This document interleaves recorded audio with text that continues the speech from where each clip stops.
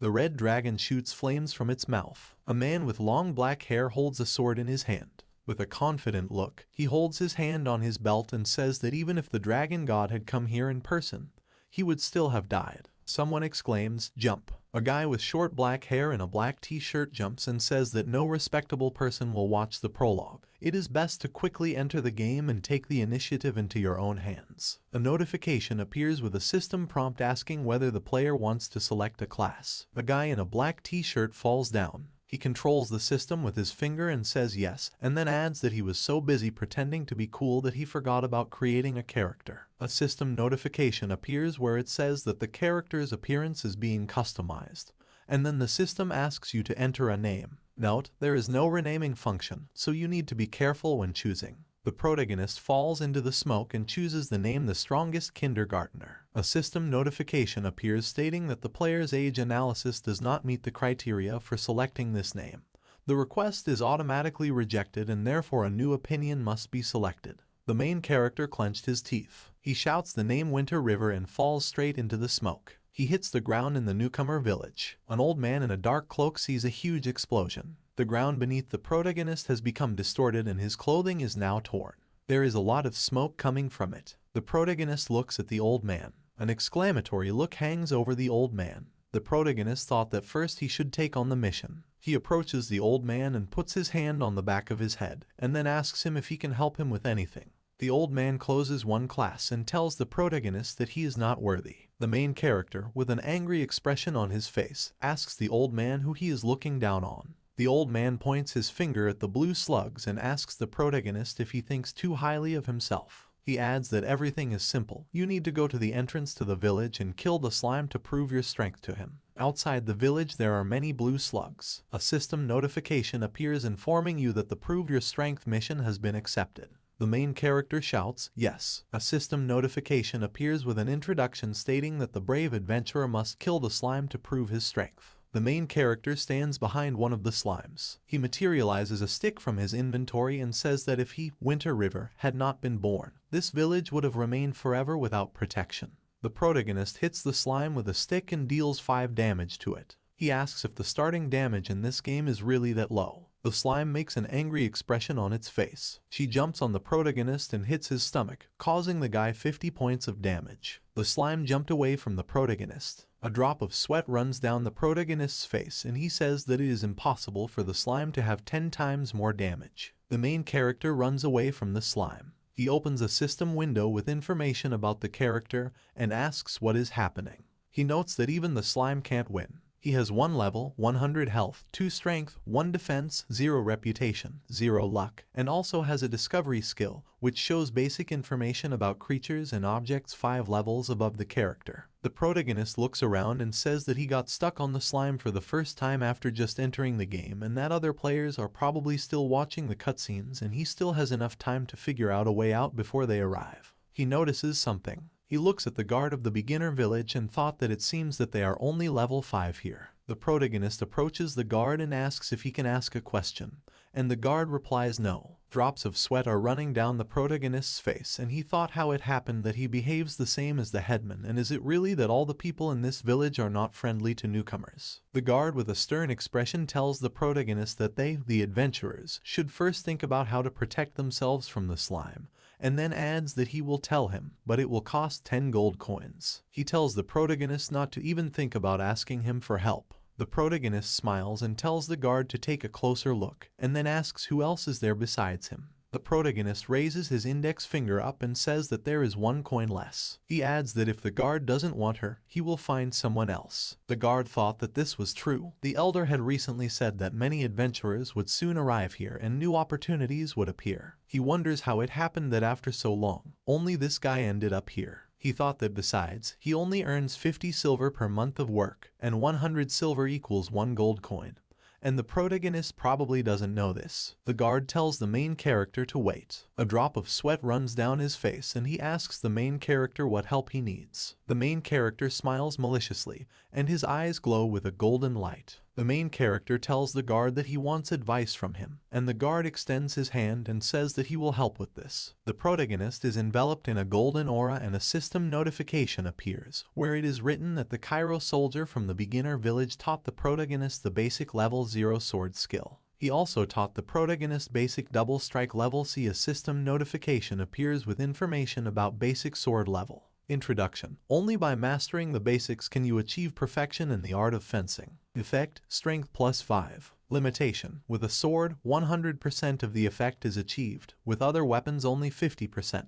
Another system window appears where it says about the basic double strike. Introduction. This is a simple and straightforward 2-hit combo with no frills. Effect. Quickly deals 2 hits to an enemy based on attack power, dealing 75% damage the first time and 80% the second time. Cooldown lasts 20 seconds. The guard sighs. He tells the protagonist that he spent all his coins teaching him, so he needs to be paid. The main character closes his eyes and says that he has just arrived and he does not yet have the opportunity to move his things here. He adds that he can write him a receipt and pay as soon as he has the money. The guard clenches his hand into a fist and shouts, asking the main character if he really wanted to get hold of it for free. The main character says that no, he really got here without money in his pockets. The guard points his finger at the protagonist and shouts that they will sign a contract, and if he does not pay him 1 gold coin, then he will find the protagonist and he will not like it enough. A notification appears that the main character has signed a contract with the soldier Cairo from the newcomer village. The protagonist owes him 1 gold coin to repay his generosity,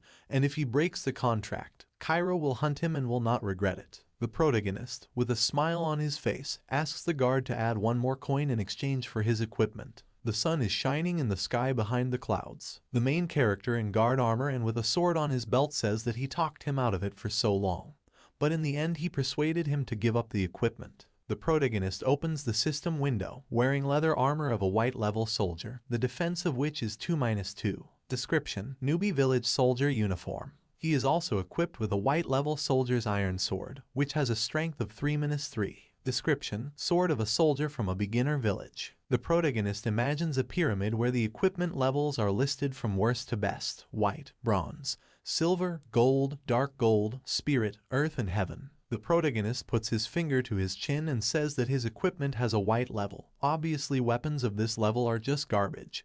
And according to the description, on the Tianheng continent there are levels from low to high. According to the character information window, his strength has increased to 9-9, and his defense to 3-3. The protagonist says that now his characteristics have improved significantly, and it's time to show this slime its place. Lightning appears in the sky. Blue clots of energy appear near the protagonist. There are many players appearing in the newcomer village. One of the players says that everything is so realistic, and then asks if this is really eternity. One of the players shouts that some hooligan touched him. Another player shouts that everything is packed here. Drops of sweat are running down the protagonist's face, and he thought that there are a lot of players here, and it turns out that after watching the story scene at the beginning and entering the game normally, everything looks like this. The main character runs away and thought that he should quickly take advantage of this chance. He came to the blue slime with a sword in his hand. He shouts that he will now strike a double strike with this sword. It hits the blue goo and deals 28 damage to it twice. He shouts that the damage has increased significantly, and the blue slime clenched its teeth in anger. She jumps on the protagonist and hits him, dealing 12 damage. The protagonist smiles and says that the defense has also increased. He kills the slime by hitting it with a punch that deals 66 damage. A system notification appears congratulating you on killing the blue slime, for which the protagonist receives 10 experience points. The main character smiles smugly. He looks at his hand and thought it was amazing, because he was really able to deal 66 points of critical damage and in just a few seconds. He adds that it is so nice to have the skills and equipment.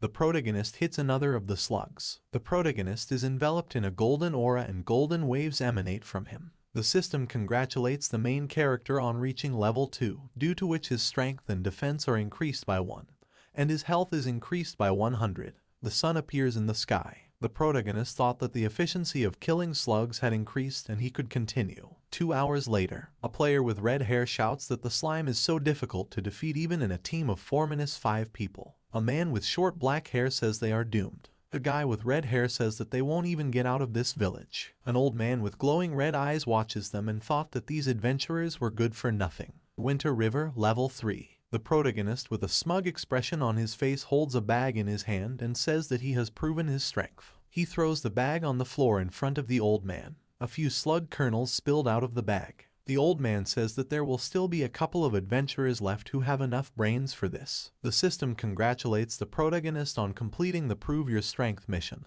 and informs you that 20 experience has been gained. The main character looks at his hand and thought that this old man was bullying others too much. He says that this mission is too easy and then asks the old man if there is anything else. The old man points his finger at the protagonist and says that he wants him to defeat 10 demonic gods. A system notification appears with the task hunting the demonic gods. Description: the Tianheng continent is divided into light and dark factions. The strongest beings of the dark faction are called the 10 demonic gods. The protagonist must defeat them and gain incredible fame, thanks to which he will be revered as a hero. Reward: Level 1 City Lord, countless equipment, gold, and old man's family heirloom. Duration: 1 week. Penalty for failure: the light faction's reputation will drop by 10,000, level by 50, and as a penalty you will have to send the old man 10,000 gold coins. The protagonist with a frightened expression on his face and screaming asks the old man if he is really trying to scam him out of 10,000 gold coins, because the last mission was to kill a slug and now he really wants him to kill a demon in just a week. The old man asks the protagonist if he really doesn't dare. He adds that he thought that the main character was smarter than this garbage around,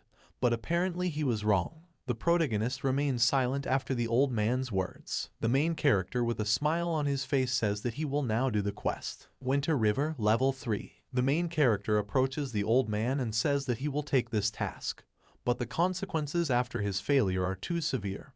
He must give him his family heirloom in advance. The old man with a smile on his face says that it's dealt with. This is what was expected from a savvy and strong hero. He hands the protagonist a scroll. The old man gritted his teeth and thought that the protagonist was stupid, because not only would 100,000 lost reputation points prompt all the light factions to hunt him, but also 10,000 gold coins would make him filthy rich. The protagonist takes the scroll and receives a notification that he has successfully accepted the task hunting the demonic gods with a time limit of 1 week. A description of a scroll appears, which is called Wrath of God and is an S-level item. Description: unfold the scroll and release a low-level Forbidden Fire attribute spell. Effect: creates an AoE with a radius of 200 meters and deals 5 million fixed damage to all enemies. The moon rises in the dark sky. The wolf runs towards the protagonist and growls loudly. A system window appears with information about the Grey Wolf, a common monster. His level is 5, HP is 1000, strength is 15-20, defense is 9, and he also has the bite skill. The wolf bites the protagonist and deals 103 damage. The protagonist makes a slashing blow to the wolf and deals 110 damage to it. He performs a downward strike on the wolf. A notification appears with information about defeating the wolf and gaining 80 experience points. The defeated wolf lies under the protagonist. The main character reached level 4. His strength and defense increased by 1, and his health by 100 units. He reaches for the coins on the floor and says that they are only 3 bronze coins. He picks up the coins and says that he could not have imagined that the family heirloom would be a disposable scroll. It is not surprising that the old man easily parted with it. The speed at which he was leveling up would not allow him to kill the demon god, so he thought that maybe he should give up this account. A system notification appears stating that since the respected player has entered into a contract for 10,002 gold coins in the game, if he decides to quit his account, he will have to compensate it with real currency. The current rate is $600 for 1 gold coin. The protagonist, with a shocked expression on his face, shouts that he will need to pay $59 million, and being a graduate, the best he can find is a job for 8,000. He wonders how long it will take to pay 59 million. The round moon illuminates the field. The protagonist stands in front of many wolves. He says with concern on his face that it is only 10,000 gold coins. There is no reason to panic. He runs away and thought he would just keep a low profile and swing. The protagonist looks out from behind the grass and sees a wolf with purple eyes who has strayed from the pack. He makes a dash towards him. He hits the wolf, and it howls loudly after the hit. The main character laughs with a smile on his face and then says that no matter how loud he fights, another wolf will not come to save him. 2 hours later, golden particles fly through the air. Behind the protagonist lie many defeated wolves. He breathes heavily and says that he has reached level 7, and then adds that he is lucky that at least the equipment fell out. A system window appears with information about the protagonist. Level is 7. HP is 700, Strength is 32-34, Defense is 13-15, and Reputation and Luck are 0. The protagonist puts on wolf skin bracers, which give 2 protection. He sees a werewolf in front of him. The werewolf with red eyes growls. A window appears with information about it. This is the demonic Wolf King, a bronze level boss. It has the following characteristics: level 12, HP 25,000, Strength 35-40, Defense 25. Skills: Bloodlust, Wolf King Aura, Rending Claw. Description: he used to be an ordinary gray wolf until he was lucky enough to cross paths with a fugitive necromancer, who turned him into a cruel and powerful king of demonic wolves using forbidden magic. As a result, he became the necromancer's watchdog, which protects him from strangers. The main character, with a worried look on his face, notes that the boss has 25,000 health units, and then says that his attack is enough to break through his defense, but perhaps it would be safer to attack at a higher level. He made a serious expression on his face. The protagonist thought that if he wants to get out of this situation, then he should take a more difficult path, and he should take this chance while there are no other players around. The main character runs towards the werewolf with a sword at the ready. The Wolf King notices the main character. He jumps at him and swings his clawed hand. The protagonist dodges the enemy's attack and strikes the wolf. The Wolf King makes another strike and hits the protagonist, dealing 219 damage. The main character stands in front of the wolf and receives a notification that he has dealt 9 damage to the demonic wolf. Blood runs down the Wolf King's hand. The protagonist thought what this crazy difference in damage was. The Wolf King runs towards the protagonist. One ordinary wolf appears behind the main character. The wolf bites the protagonist's hand and deals 78 damage. The protagonist gritted his teeth in pain. He grabs the wolf by the neck. He holds it in front of him and a notification appears that the warrior holding the wolf is Winter River. The Wolf King has a surprised expression on his face. He reaches out with his hand towards the wolf that the protagonist is holding. The main character, with a malicious smile on his face, says that it is expected that he will not attack his own.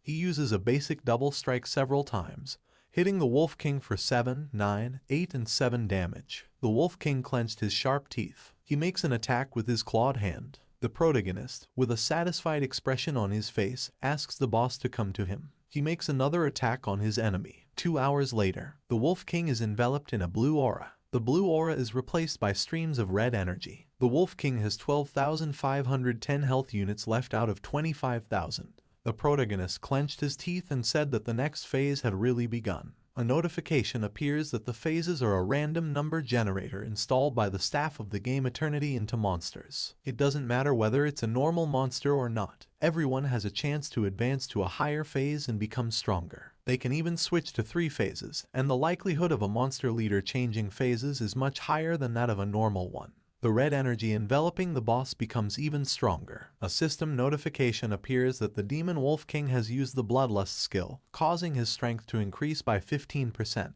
his speed to increase by 20%, and he will lose 0.2% of his health every minute. The protagonist asks if it is some kind of joke that the boss will lose 0.2% of his health every minute. He adds that it looks like the process of killing the boss will be tougher than he imagined. A notification appears that the Demon Wolf King has used the skill Wolf King Aura, which reduces attack speed by 10%, movement speed by 10%, and lasts 30 seconds. The Wolf King pushes off the ground. He jumps on the protagonist and hits him with his claws, thanks to which he inflicts 1487 health points on the wolf. The protagonist has a frightened expression on his face. He receives a notification that the Demon Wolf King used the Rending Claw skill, dealing 250% damage to the Grey Wolf, but this made him deeply sad and he will not be able to move for 5 seconds. The boss has a frustrated expression on his face. The main character asks whether there really are such productions here. The protagonist hits the boss while the boss's negative effect is counting down. The Wolf King roars loudly. He hits the protagonist and inflicts 310 health on him. The main character, with concern on his face, shouts that the boss is fierce and notes that if he receives another blow, his health will end. The Winter River character's health is 91 out of 700 units. The protagonist thought that he could not defeat him and wondered if he could catch up with him, after which he tried to run away. The Wolf King jumps on the protagonist. He attacks him, but the main character dodges. The protagonist stands in front of the enemy and says that he was lucky that he moved illogically, and then wonders if he can defeat him in a battle of wear and tear. The Wolf King makes several more attacks, and the protagonist jumped back and thought that if he had moved incorrectly, then with his current level of health he would have been killed in that very second if he had touched him. The protagonist uses the basic sword skill. 5 hours later, the boss has almost no health left, and the protagonist makes a cutting blow to him. A notification appears congratulating the protagonist for killing the bronze level boss Demon Wolf, thanks to which he receives 2,000 experience points and 500 reputation. The protagonist is enveloped in a golden aura and says that he has finally depleted his HP. He reaches character level 10. The system informs that the protagonist became the first person to kill a bronze level boss in the game, and for this receives a reward in the form of 10 attribute points of his choice, as well as plus 1,000 reputation and a rare item. The system asks the protagonist if he wants to announce the results of his battle to all adventurers on the Tianheng continent. Note: after the announcement, the protagonist will receive 10,000 reputation points. The main character, with a satisfied expression on his face, agrees. A system notification appears congratulating the Winter River player from the eastern region for killing a bronze level boss for the first time. Players fight blue slugs using sticks. One of them shouts, "Did the first boss kill happen so quickly?" Another player shouts that he hasn't even made it out of the newcomer's village yet. The protagonist receives many requests to be added to his friend list. The protagonist asks the system to block all friend requests so that no one can send them. The main character sighs. With a smile on his face, he says that it's time to look at the loot after the first kill of the boss and approaches the Wolf King lying on the ground. Someone asks who killed his carefully placed puppet. The protagonist has a frightened expression on his face. A man with long white hair wearing green armor appears next to him. A system notification appears saying that this is a necromancer with 3 question marks. A white-haired man with a glowing blue eye and an arrogant look says that he was a non-entity, and then asks the protagonist to die and calls him an insect. The necromancer is enveloped in a blue aura. The protagonist thought that this was really the same necromancer mentioned in the description of the Wolf King. He adds that it looks like a more impressive boss has arrived. He smiles and thinks that he still has an ace up his sleeve. The necromancer puts his staff forward and says that he, along with the other strongest dark gold level of the Tianheng continent, is only 1 step away from the spiritual level. The protagonist, with a smile on his face, says that the appearance of a dark gold level individual in a small beginner village is terrifying.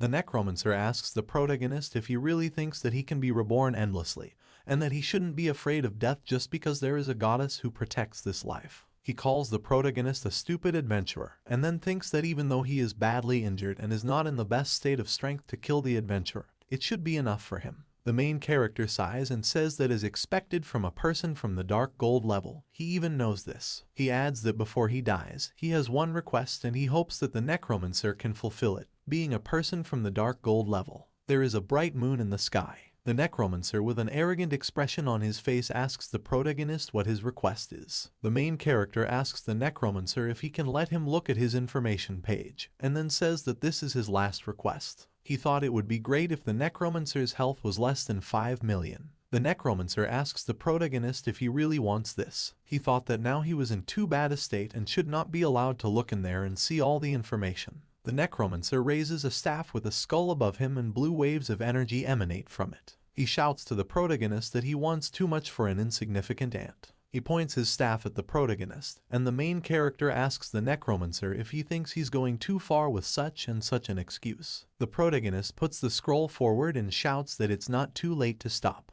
A drop of sweat runs down the necromancer's face, and he asks if this is a forbidden scroll of curses. He thought who would have thought that a beginner would have such equipment. The protagonist, with a smug smile, tells the necromancer that if he does not want to die, then he needs to let him look at his information page and give him all the treasures. The scroll is enveloped in golden energy. The necromancer tells the protagonist not to even think that he was afraid of his scroll, because he has more health than the curse can inflict. With a nervous smile on his face, the necromancer asks the protagonist if he really wants to take advantage of his misfortune, and then asks him to guess how much health he actually has. He invites the protagonist to take a chance and tear up the scroll, and then asks him if he really thinks that he, Daniel, is afraid of using a disposable curse scroll. The protagonist opens the scroll and with a smile on his face asks if he should tear it then, and then says that in the end he will be resurrected because he is an adventurer. The scroll is a little torn. Drops of sweat are running down the necromancer's face, and he thought that if he were at the peak of his best state, he would definitely not be afraid of such a minor curse, but now he may not be able to endure such damage. The Necromancer shouts to the protagonist to stop. Leaves fly near the tree crowns. The Necromancer asks the protagonist what he is trying to achieve. The protagonist, with a smile on his face, tells the Necromancer that if he gives him enough equipment and loot, he will leave. Drops of sweat are running down the main character's face, and he thought that this NPC was too smart. Daniel silently looks at the protagonist. The Necromancer says that he cannot give the adventurer equipment or loot without something in return. The main character asks why, and the Necromancer replies that it is because of the rules of this world. The protagonist, with concern on his face, asks what he should do in his opinion and thought that hearing information about the rules of the world from NPCs was too strange. The Necromancer asks the protagonist how about going against the grain and accepting the protagonist as an apprentice and teaching him the sword skills of the Dark Faction. A system window appears with an offer from the Necromancer Daniel to join the Dark Faction. Note, if the protagonist agrees, the reputation of the Light Faction will drop by -100,000, but the reputation system of the Dark Faction will become open. There is also an offer to become an apprentice to the Necromancer Daniel. Note, if the protagonist agrees, it will be considered a betrayal for the Light Faction. The protagonist, with surprise on his face, thought that he was really being invited to the Dark Faction. With a smile on his face, he tells the Necromancer that he is interesting, and as soon as he chooses to join the Dark Faction, he will have nowhere to go. He will become the same ant on a string like him. He adds that the warrior is also a well-balanced class with 3 stars across the board. He asks why he lost the skills of the Dark Sword from the Necromancer. Information appears about the characteristics of the protagonist where HP, Strength, Defense, and Speed are equal to 3 stars, and his class is Warrior. Daniel shows 3 fingers and tells the protagonist to relax, because he swears in the name of the God of Contracts that if he becomes his student, he will put all his efforts into training and allow him to change his role to a one-of-a-kind hidden one, the Dark Swordsman. A system notification appears with information that the Necromancer Daniel has sworn that he will make every effort to make the protagonist a talented student, and if he breaks his word, he will be killed by the God of Contracts. A system window appears with information about the role of the Dark Swordsman. Health, Strength, Defense, and Speed are equal to 5 stars. Description: this is the most powerful mythical level creature among the undead spirits. There are many references in history to encounters on Earth with Dark Swordsmen. Legends say that they have an evil force hidden within them. They are cruel, very strong, and ruthless, and also have unrivaled hidden talent. The protagonist, with a surprised expression on his face, compares the warrior to a Dark Swordsman, and then thought that this is a hidden role where there are as many as 5 stars. He adds that the stars determine the amount by which the stat will be increased with each level, and each unit gives 10 points of damage. The protagonist imagines himself in armor with spiked shoulder pads and calls himself cold-blooded, cruel, strong, merciless, and unusually beautiful. He and the Necromancer shake hands, and the protagonist says that he agrees, and then calls the Necromancer a teacher. The Necromancer replies that the deal is completed. A purple notification appears, where it says that the protagonist has joined the Dark Faction and the reputation system of the Dark Faction has been opened, and the reputation points from the Light Faction are permanently set to -100,000. The main character's skin turns black and is covered with purple lines. The system congratulates the protagonist for changing his role, and informs him that his base height and features have changed. The protagonist's fingernails become sharp. Dark streams of energy emanate from the protagonist. The system congratulates the main character for changing his role to a Dark Swordsman, thanks to which the abilities in his body are activated. The basic sword skill has increased in level and has been changed to the Dark Sword skill. The basic double strike leveled up to Insanity Kill. A system notification appears, which says congratulations on completing the role change and becoming the first player to change the role in the game, and also provides information about receiving an additional reward in the form of 10 stat points, 1,000 reputation, as well as rare equipment, the Ring of the Spirits of the Dead. The protagonist looks at his hand. He raises his index finger up and asks the teacher if he can turn back. The Necromancer tells the protagonist not to worry, as this is the result of his body being filled with an evil aura. He adds that when the protagonist becomes strong enough, he will be able to control the evil aura and return to his original form. He points his staff at the protagonist and tells him that he will help hide his true nature. A system notification appears, where it is written that the Necromancer Daniel used concealment magic on the protagonist and he was able to acquire a human form, which will last 3 days. The protagonist is enveloped in a blue aura. The Necromancer asks what happened. The protagonist says that he has already changed his role to become the only hidden role, but his teacher is only a dark gold level necromancer. He adds that his future is not bright and imagines a hierarchy where the dark gold level is in 4th place. The necromancer is silent with a dissatisfied expression on his face. Danielle tells the main character that he is quite ambitious, but he can relax, because all the power is in the king of the faction, and if one day he becomes stronger than him, then there is a chance that he will become a disciple of one of the 10 great demonic gods. The protagonist with a joyful expression on his face says that he understood everything. The necromancer calls the protagonist by nickname and tells him that he, as his teacher, is obliged to allow him to take the test for anyone who changes roles. He adds that he needs to go and prove his loyalty to the dark faction. A system notification appears stating that the main character has been forced to accept the mission A Heart Thirsting for Darkness on difficulty of being a traitor to the light faction. The dark faction wants them to prove their loyalty. Mission requirements: kill 100 light faction adventurers or original inhabitants. Mission reward: approval of the dark faction. The protagonist looks at the necromancer and asks if killing 100 adventurers would be too difficult. Danielle tells the protagonist that he is the only one of all the necromancer's students who changed his role to become a dark swordsman, so he should not underestimate his talent. The necromancer raises his hand in farewell and tells Winter River to take the test and prove that his heart longs for darkness. He reports that he is seriously injured and will need 3 days to recover, and he hopes that during this time the main character will have already completed his mission so that he can take him with him and leave this newcomer village. The protagonist asks the teacher what will happen if he dies and whether he can now be resurrected at the resurrection point of the newcomer village when he joined the dark faction. A necromancer with a grim expression asks the protagonist how he can ask for protection from the goddess of life when he has already joined the dark faction. The main character, with a frightened expression on his face, asks if he really won't be able to come to life. Danielle replies that of course, but having lost the protection of the goddess of life, he received in return the protection of an ancient demonic god. The protagonist asks what this means. The necromancer moves away and tells the protagonist that he will find out as soon as he completes the mission to change the straits. He tells the protagonist that he hopes that over time his achievements will more than eclipse his own. The protagonist says goodbye to the teacher and raises his hand. The main character with a small smile on his face says that he managed to change his role and become a one-of-a-kind hidden role just like that.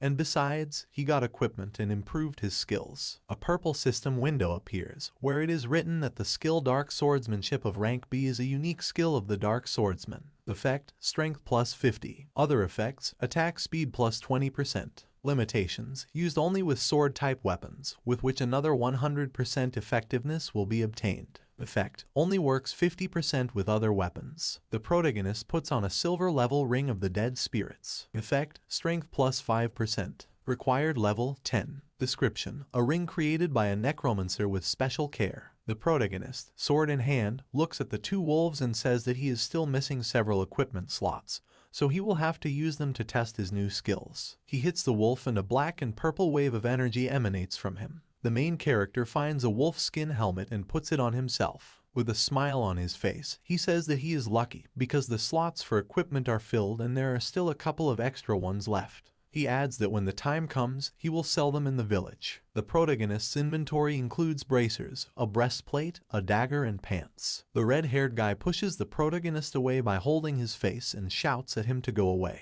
Several players attack the wolf. The guy with bandages on his hands says that the community of heroes has taken this place, and if he wants to grind, then he needs to go somewhere else, and there is no need to go to them. The protagonist asks the man what right he has to say that, since he came here first. He adds that if they decided to take this place as a group, then what should they, solo players, do? A man with black hair points a sword at the protagonist and shouts that they don't care because they took this place. The protagonist rises from the ground and says that loners will not just sit and watch their chaos. He adds that if no one is willing to take the first step and answer them, then he will be the first. The main character smiles and tells the players who think that he is right, let them subscribe to him and leave a comment so that he can see their support. A system window appears, where it says that the recording function is activated. Through the camera lens you can see 2 men running towards the protagonist. The black-haired guy shouts that this is bad, because he started the recording and therefore he needs to be dealt with quickly. A man with bandages on his hands shouts to the protagonist that he will give him a like now with a kick. 2 guys hit the protagonist with swords and inflict 1 unit of damage on him.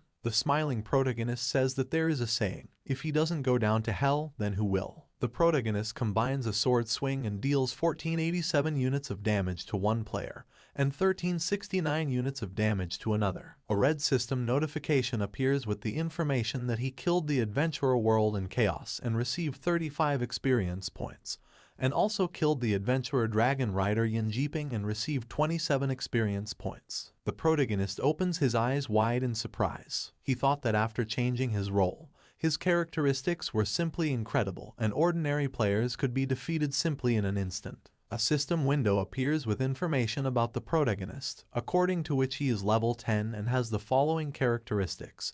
HP is 5250, strength is 163-165, defense is 69-72, dark faction reputation is 1000, and his luck is 0. The main character looks on his hand and with a smile on his face, he shouts that after joining the dark faction, he can gain experience for killing players. Players nearby pay attention to the protagonist. Several players run towards the protagonist. One of them shouts that the brother of chaos was killed. The other shouts that you need to get ready and take it. The protagonist smiles smugly and his eyes glow purple. He tells the players that in his eyes they are all just experience. The winter river hits the players and they are hit by a dark purple wave. The main character jumps on one of the players and swings his sword. He makes a downward strike on the player. The guy crumbles into particles and opposite the main character there is only one enemy left. The guy with blonde hair has a frightened expression on his face and cannot say a word. The protagonist asks him what it is. A system notification appears informing you that the protagonist has killed 17 out of 100 people to complete a mission to kill 100 adventurers from the light faction.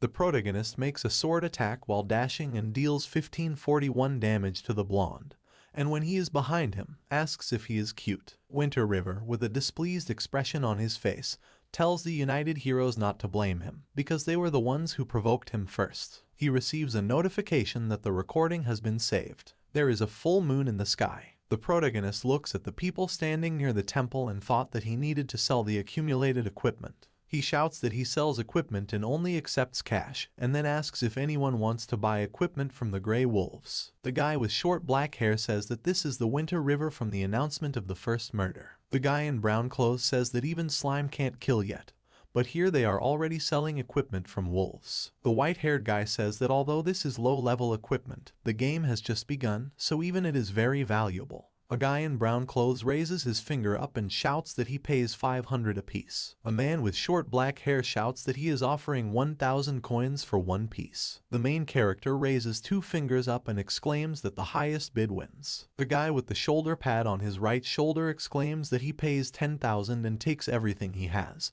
and then asks the protagonist if he wants to join them. The protagonist receives a notification that the player the dragon soaring 10,000 miles asks to be accepted as a friend. The protagonist apologizes and says that he wishes to remain a solo player for now, and then wonders whether joining the Dark Faction would be a reckless move for him, a member of the Dark Faction. The guy with the shoulder pad says that then they can at least just add each other as friends, and if he has good equipment, he can sell it to them, to the Dragon Guild, and they will offer a good price. He sees the protagonist's nickname in the system window and asks him if it is he Winter River. The protagonist, with concern on his face, tells the guy that he will contact him if there is more good equipment for sale, but it would be better for him not to deceive him. A notification appears that the protagonist has added the player dragon soaring 10,000 miles as a friend. An exchange window appears where the protagonist sells bracers, a breastplate, a dagger, and pants. The guy from the guild laughs with a smile on his face and says that of course they won't deceive him, and then asks him to send him his bank account number. Clouds float in the sky above the city. The main character grabs the virtual reality helmet with his hands. He takes it off and sighs. He takes the phone and says that he withdrew cash for the equipment he sold, about 40,000. With a smile on his face, he takes the computer mouse and says that now he needs to upload a video with that group, and then adds that he will call it Little Bunch of Heroes and laughs. The protagonist uploaded the video to the site. The number of views, likes, reposts, and comments on the video is rapidly growing. A commentator with the nickname You Started First asks if this is the same Winter River who was the first to kill the bronze boss, and then adds that it was as if they were fighting against an iron wall. I'm 50 writes that it was tough. Momo writes that this bunch of heroes has been annoying him for a long time, and the protagonist is really formidable. East Wind writes that he is curious because for the first time he sees that they, the Association of Heroes, are treated this way, and then threatens the protagonist. Falling Demand writes to the fourth commentator so that he does not complain. The black-haired man calls the gray-haired man president, and then asks what he will do. He adds that this winter river still bullies them in discussions. The black-haired guy is about to say what he says, but the president interrupts him. The gray-haired man asks his subordinate what else he said. The black-haired man says that he asked them not to let him get away with it. The president, with an angry expression on his face, shouts and asks how a lone wolf can fight against the unification of heroes. He smiles maliciously and asks who cares how talented he is and isn't he just one person. He asks to call all the players from the Hero Association to this newcomer village and encourage other players to join them while they are there. The gray-haired man shouts that whoever kills Winter River once will receive 50,000 gold, and then adds that not just once, but for as many times as they can pay. The black-haired man asks the president if they are making a big deal out of a mountain. The president tells the guy that he doesn't understand, because in the game Eternity, as in business, there are many opportunities, so there is no need to be afraid to spend money, and the more, the better. He adds that as long as the fame spreads, they have nothing to lose. The subordinate asks how many people they should gather and whether 20 is enough. Sunlight illuminates half of the office. The president, with a malicious smile, says that at least 100 people are needed, because the Winter River is only a step on the path of his unification of heroes to glory. Many armed players are looking at the protagonist. One of them shouts that they found him. The Winter River is here. The protagonist with a smile on his face says that there are so many people here, so much experience. He takes his sword out of its sheath and asks the players if they have all come to cause him trouble. Players run towards the protagonist. One of them shouts that they need to get ready because 50,000 gold pieces are waiting for them. The main character with a smug smile on his face tells the players what they will now get from him. The players shout that they want to kill the protagonist. A black and purple wave of energy is sent towards the players. The main character smiles maliciously. Players are pushed back by a destructive wave of energy that appears due to the fact that the protagonist swung his sword. A system notification appears that the protagonist has killed the adventurers Smooth Lights of June and entering the widow's village at night and receives 11 and 20 experience points for this. The black-haired guy with concern on his face shouts that this is some kind of perversion and it's not surprising that the Assembly of Heroes offers such a high reward. The blonde guy says that of course they can be revived, but their level is falling. He adds that they just started playing and he doesn't want to lower the level. A player with the nickname Creating Chaos in the World shouts to the other players not to panic, because today their brothers who died today will receive compensation for their deaths. He adds that they need to stop panicking and they have 100 more brothers behind them, so they have a numerical advantage and will starve him to death until he dies. He says that the protagonist has a really high level and has killed many people, and then adds that he probably has accumulated a huge level of evil and after death he will drop a lot of equipment. The main character smiles and asks the players if they really want to get his equipment and wonders if killing will increase his level of evil. He adds that he apologizes wildly and does not know whether his level of evil is increasing, but his experience scale is almost full. The protagonist laughs and says to attack him one by one. A man with a sword and shield almost approached the protagonist. The main character thought that the game had just begun and some people were only at level 2, having difficulty coping with the slugs, and now they still wanted to surround him. He adds that there is not a single person among them who would change their role to archer, mage, or any other long-range player to provide support. The guy with the shield points his sword directly at the protagonist. The main character hits the enemy with a shield and sword, causing him to drop his weapon. Winter River smiles wickedly as his eyes glow purple. He takes several shots at the players attacking him. A drop of sweat runs down the blonde's cheek and he calls the protagonist a psycho. Two players simultaneously attack the protagonist. One of them attacks from the front and the other from behind. They deal 2 and 1 damage respectively. The main character smiles and asks if this is all. 20 minutes later, the gray-haired man with long bangs points a sword at the protagonist and shouts that he does not have many health units left. The blonde man with the spear shouts that he is almost dead. One of the players shouts that no matter how great his tanking ability is, he will not be able to withstand hundreds of attackers at the same time. The protagonist is enveloped in powerful golden energy and now has full health. A notification appears about promotion to level 11. The players have shocked expressions on their faces. The brown-haired guy wonders if they don't understand something and how it happened that the main character can level up by killing other players. The president shouts that there is no need to panic, because the protagonist must have increased his level using the rewards that the system gave him for killing the first one. He adds that they still have more than 100 people and they have a good chance of killing him. The players run towards the protagonist again. One of them shouts that this guy must have used some rare means of leveling up. Another player shouts for everyone to gather and adds that he wants to see how he will defend himself against them when they use his own equipment against him. The main character, with a smile on his face, asks the hostile players if they are still going to attack, and then tells them that they are good at coming up with explanations for everything. The main character hits one of the players with a black-violet wave of energy and shouts that the problem is less. It deals 1541 damage to the player. A system notification appears stating that the protagonist has killed 74 out of 100 adventurers. 15 minutes later, the protagonist performs a piercing strike on one of the players and deals 1842 points of damage to him. A red system window appears, according to which the protagonist has completed the mission A Heart Thirsty for Darkness and receives recognition in the faction of Darkness. The main character puts his sword forward and exclaims with a smile on his face that he has finally completed his mission. He points his sword towards several other players and says that although he has already completed the mission, he cannot miss a great chance to gain extra experience. The gray-haired man shouts to the brothers not to retreat, because victory is right in front of them.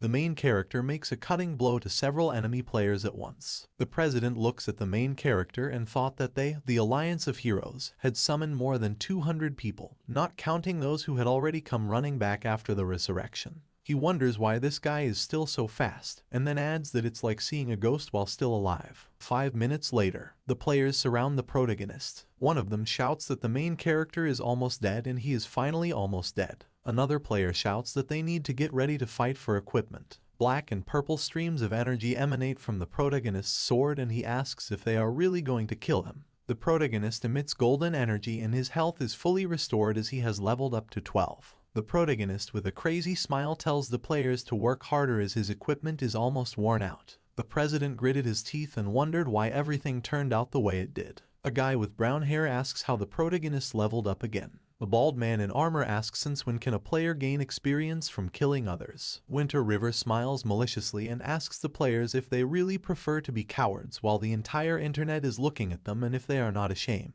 Beads of sweat run down the president's face and he wonders if the reward for killing the bronze boss for the first time is really that good. The guy with red hair looks at the president and, addressing him as brother creating chaos in the world, asks what they will do. The protagonist walks towards them. The president gritted his teeth and commanded a retreat. Players run away from the protagonist. The main character raises a spear above himself and asks the players if they really want his equipment, and then adds that it turns out that he will have the last laugh. The protagonist with a smile on his face says that who would have thought that everything would go so smoothly. He adds that he leveled up twice. Killing these low-level players will no longer give him much experience. The main character opens the system window and sees that his evil level is 0, and then says that his evil level is still 0 and it seems that killing someone from another faction does not add evil. A red window with an exclamation mark appears. He opens a notification that says that the protagonist's teacher is now in a desperate situation and will most likely die. So you need to offer him help as soon as possible, because due to the death of the teacher, the reputation in the faction will decrease by 50,000 units. Drops of sweat run down the protagonist's face and he asks how it happened that he only recently helped him move to the dark faction and is already dying.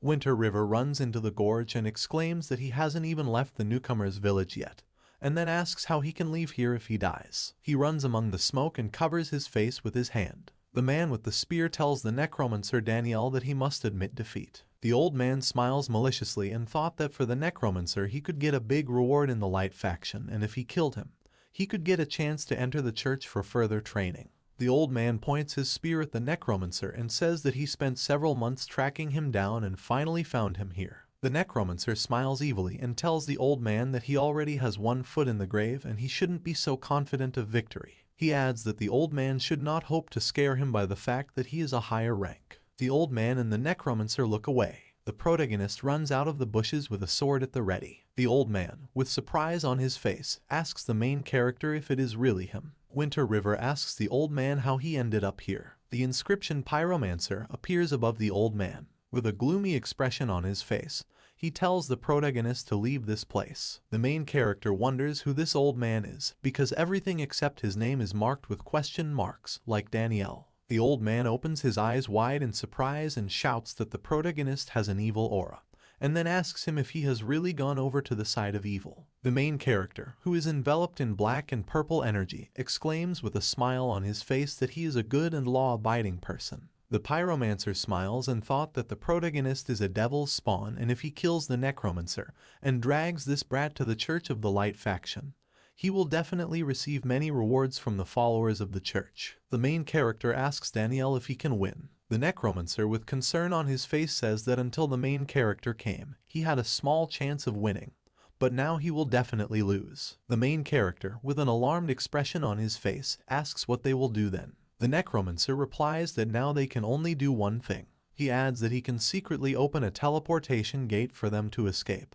but first it must be blocked for at least 20 seconds. A drop of sweat runs down the protagonist's cheek. He tells the necromancer that he is an unscrupulous teacher because he allowed his student to use a precious object that he kept secret for the sake of escape. He puts his hand forward and tells the necromancer to give him something, and the necromancer asks what it is about. The protagonist says that he needs a mission, because how can he help him without a mission and a reward for helping him? Danielle, with a dissatisfied expression on her face, asks the protagonist how he dares to shamelessly call him a conscientious teacher. A notification appears that the necromancer Danielle hopes that the protagonist will accept the block the necromancer mission of difficulty. Danielle needs 20 seconds to prepare a one-time teleportation spell, so the protagonist must block the pyromancer Brandy. The necromancer vows to give generous rewards later. The main character, with a smile on his face, stands in front of the necromancer and calls him an unreliable teacher, and then asks him to rely on him. Brandy, with an angry expression on his face, screams and asks the protagonist if he really doesn't take him seriously,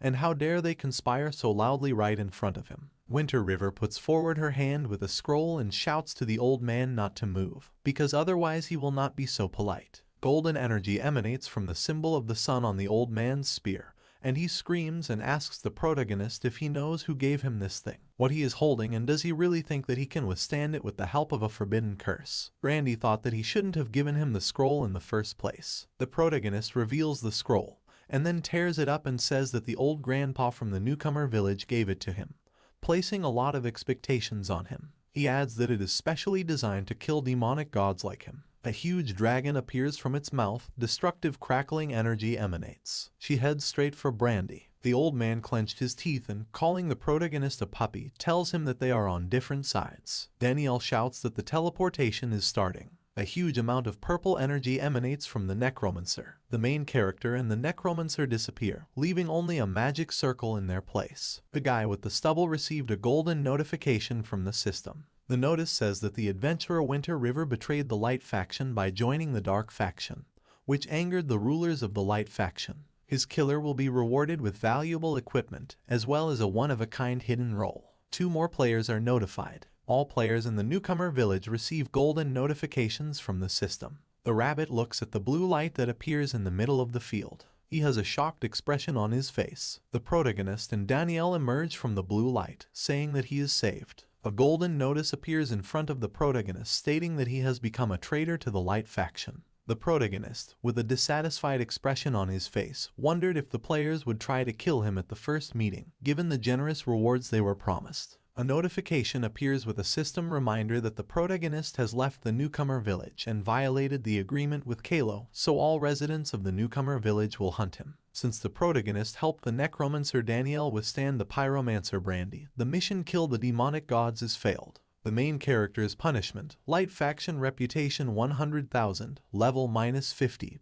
and gold coins 10,000. The protagonist asks if 10,000 gold coins were really taken from him. He opens the bag and sees 0 gold coins and then makes a displeased expression on his face. He opens a window with information about the character and sees that he is now level 1. The main character grabs the teacher and tells him that he sacrificed too much to save him, and then adds that it is time to give him his awards. Danielle tells the protagonist to relax, because since he chose him, he will not offend him. After all, he is also his student. Winter River opens her eyes wide. He is enveloped in golden energy. A red system window appears, congratulating the main character on completing the mission and informing him that he has received 100,000 experience points, and the rare talent Devil's Trampling Rank S system notifications about leveling up appear, and the main character reaches level 14. He clenches his fist. He smiles and asks if he is also gaining a rare talent. A man shrouded in purple energy kicks another man.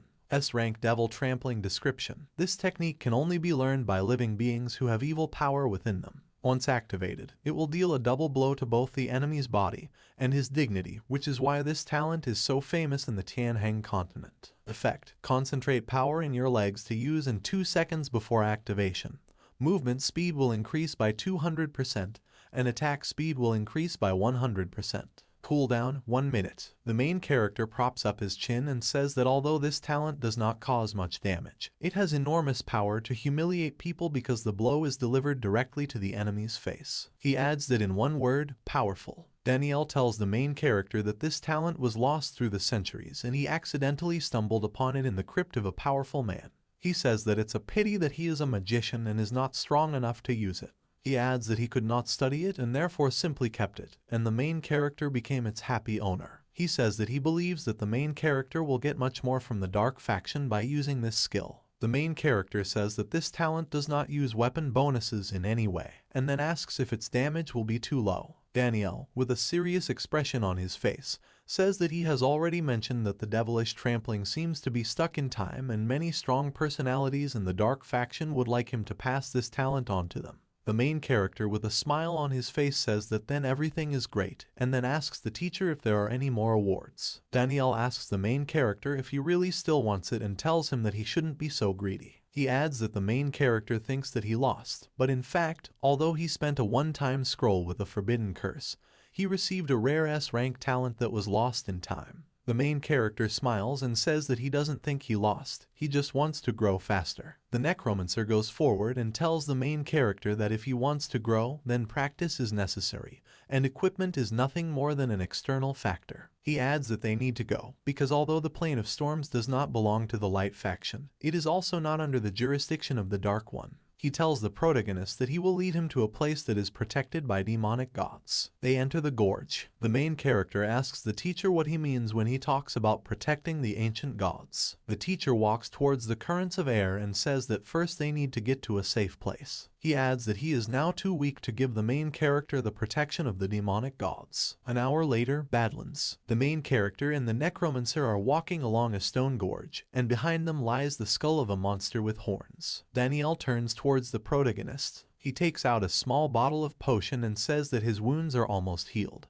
but he needs rest for 2 more days. He adds that this is medicine for the protagonist, and then adds that the monsters here are not strong and allows him to level up. The main character thanks the teacher with a smile on his face. A window appears with information about the healing elixir. Description: a precious medicine that costs so much that ordinary people would not even dream of obtaining it. Effect: after use, restores 500 HP every second for the next 10 seconds. Cooldown 30 seconds. A notification appears that the protagonist needs to accept the Train Yourself mission with difficulty C. The main character says that he accepts the mission. A system window appears with information about the task Train Yourself with difficulty C. Description: honing your skills is the basis of becoming stronger. Mission objective: kill 500 demonic lizards and then report to Danielle. The reward for the mission is unknown. There is a full moon in the sky. The main character is watching 2 lizards. A system window appears with information about the demonic lizard, a normal level 18 monster. Lizard characteristics: HP is 20,000, attack is 120-125, defense is 9-10, talent, biting and tearing. Description: originally an ordinary lizard that lived in the Gobi Desert. Her body underwent drastic changes after being trapped by the demonic aura. They have an extremely bad character and are very dangerous. The protagonist with a serious expression thought that their characteristics are much stronger, and in addition to HP with attack, their defense is 3 times higher than that of a level 12 demon wolf king. He adds that, nevertheless, he is much stronger, and as long as they do not attack him in a group, everything will be fine. The protagonist is enveloped in purple energy. He pushes off the ground. The main character quickly runs towards the lizard from behind. He jumps and prepares to attack with his foot. He kicks the lizard and deals 1869 damage to it. A notification appears stating that the main character used Devil Trample and dealt 1869 damage to the demonic lizard, and also created a suppression effect due to which his opponent will not be able to fight for 2 seconds. The protagonist says, "Crazy murder." He makes 4 lightning sword attacks against the lizard,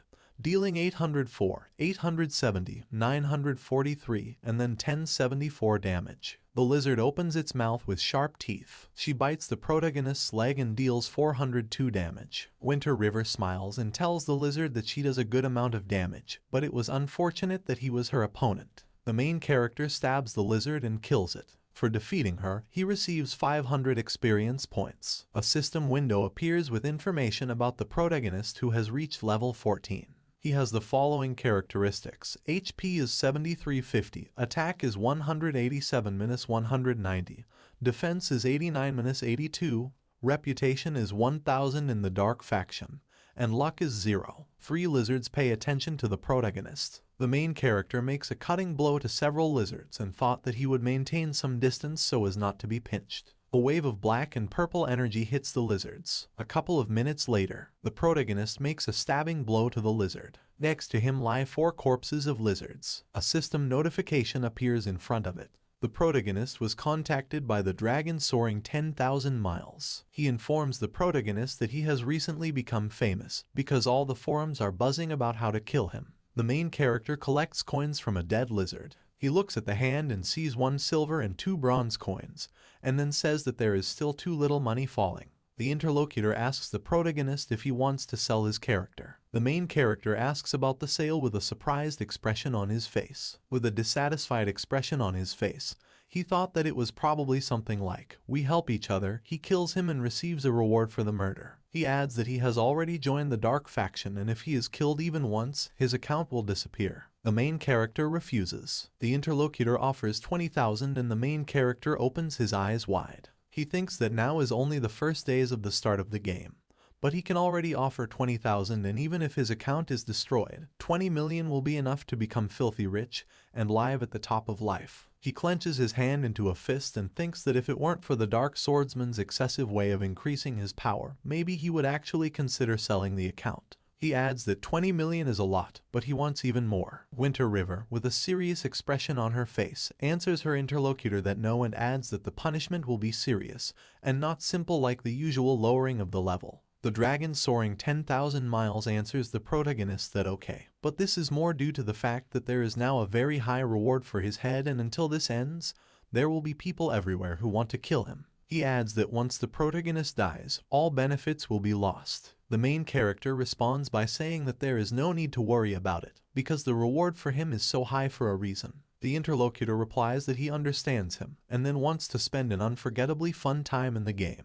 The main character opens his inventory with armor and weapons, and then says that he still has some equipment left and asks the interlocutor if he wants to buy it. A notification appears indicating that the screenshot has been sent. The dragon soaring 10,000 miles says that he will take everything for 30,000, and then asks the main character if he agrees to sell. The main character replies that he agrees, and the interlocutor then asks the protagonist where he is now and says that he will send someone to pick up his things. The main character asks to send a crafty thief so that he can get into the wasteland. He adds that he will indicate the place, but first he needs to hand over the money. The system window with voice communication closes. The system window has almost disappeared and the interlocutor agrees with the protagonist. The main character puts his sword aside and walks towards the lizard, and then says that he will continue to kill demonic lizards to complete the mission. He jumps towards the enemy. He makes a cutting blow to the lizard and decapitates it. The protagonist is enveloped in golden energy, and the system congratulates him on reaching level 15.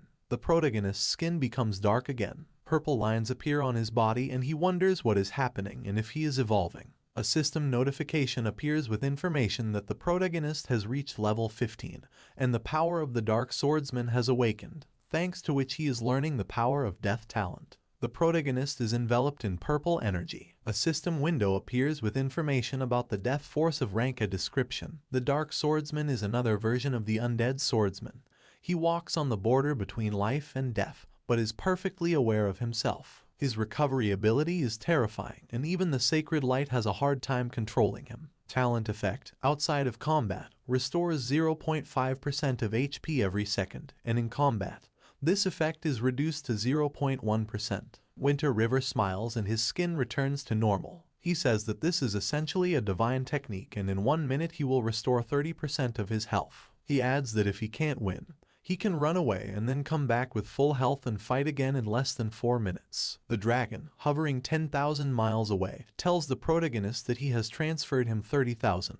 The main character replies that it's good and adds that he hid the equipment over there, and then he can go and pick it up. A blue system notification appears, where it says that in Eternity, when the player decides to hide equipment, the system reminds that white equipment will become unowned and will be updated in 24 hours. The same thing will happen with bronze equipment after 3 days, and with silver equipment this will happen only after a week. The dragon soaring 10,000 miles replies that it's good and says that he will say again that if the protagonist gets good equipment, then he needs to remember them. The Dragon Guild, they can always get a fair payment for it. The main character replies that there is no problem. He runs towards another lizard. An hour later, the defeated lizard lies near the protagonist. A system notification appears with the progress of the mission to kill demonic lizards, according to which he killed 93 lizards out of 500. Boots appear in place of the lizard, and the main character exclaims that something finally dropped from them, and then adds that something has a chance of falling too low in this game. A blue system window appears with information about bronze quality sand boots, which provide 6-10 protection. Effect: movement speed plus 2%. Required level: 16. Description: a pair of shoes that everyone should wear if they plan to plow through the sand. These boots have good grip and are not easy to damage. The ordinary people of Tianheng love them. The protagonist smiles and says that the characteristics of the equipment are not bad. But what a pity, he is still 1 level below the required level. The shoes will not work and then he will continue to swing further. The main character makes a worried expression on his face. Blue distortions appear and someone tells the protagonist that he was not that diligent even when he passed the Gaokao, and it seems that he was really interested in the game. He adds that he needs to log out and at least eat. There are many skyscrapers in the city at night. Someone says that the last description was his mistake and he could not even think that Winter River would be so strong that even 100 people could not defeat him. The gray-haired man bows to the black-haired man and calls him brother too, and then tells him that it was his fault, and he made a mistake in guiding them. Two props up his chin and tells the gray-haired man that this problem has nothing to do with him. Because it was a group of loners, it was impossible to force them to strictly follow his commands. He adds that he shouldn't worry and just needs to continue working.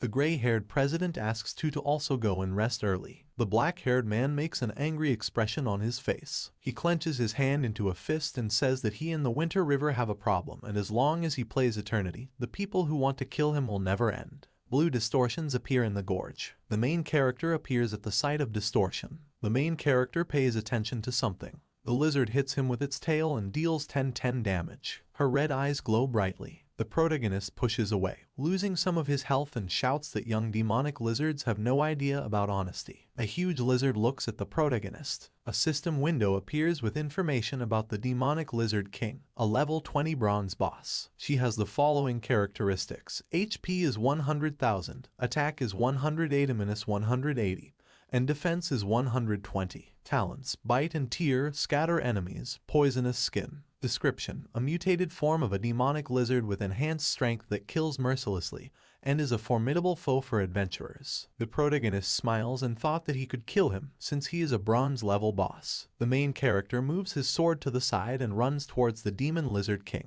He pushes off the ground. He performs a purple energy shrouded kick to the lizard's head. A purple system notification appears indicating that the protagonist used Devil Trample and dealt 1073 damage to the demonic lizard and also created a suppression effect. The protagonist's opponent cannot move for 0.35 seconds. The main character asks with a surprised look if this is it. The Lizard King is enveloped in green energy. The main character is now also enveloped in green energy and is dealt twice 50 units of health. A notification appears stating that the protagonist is affected by the poison from the demonic Lizard King's poisonous skin and will lose 50 HP every second for 10 seconds. The main character says that it seems that it will not be possible to save the medicine that Danielle gave him, and then drinks a healing potion and restores 1000 health units. He jumps on the lizard and swings his sword. He hits her on the head and deals 575 damage. He makes a few more strikes that send out dark purple waves of energy. The Lizard King opens his red eyes wide.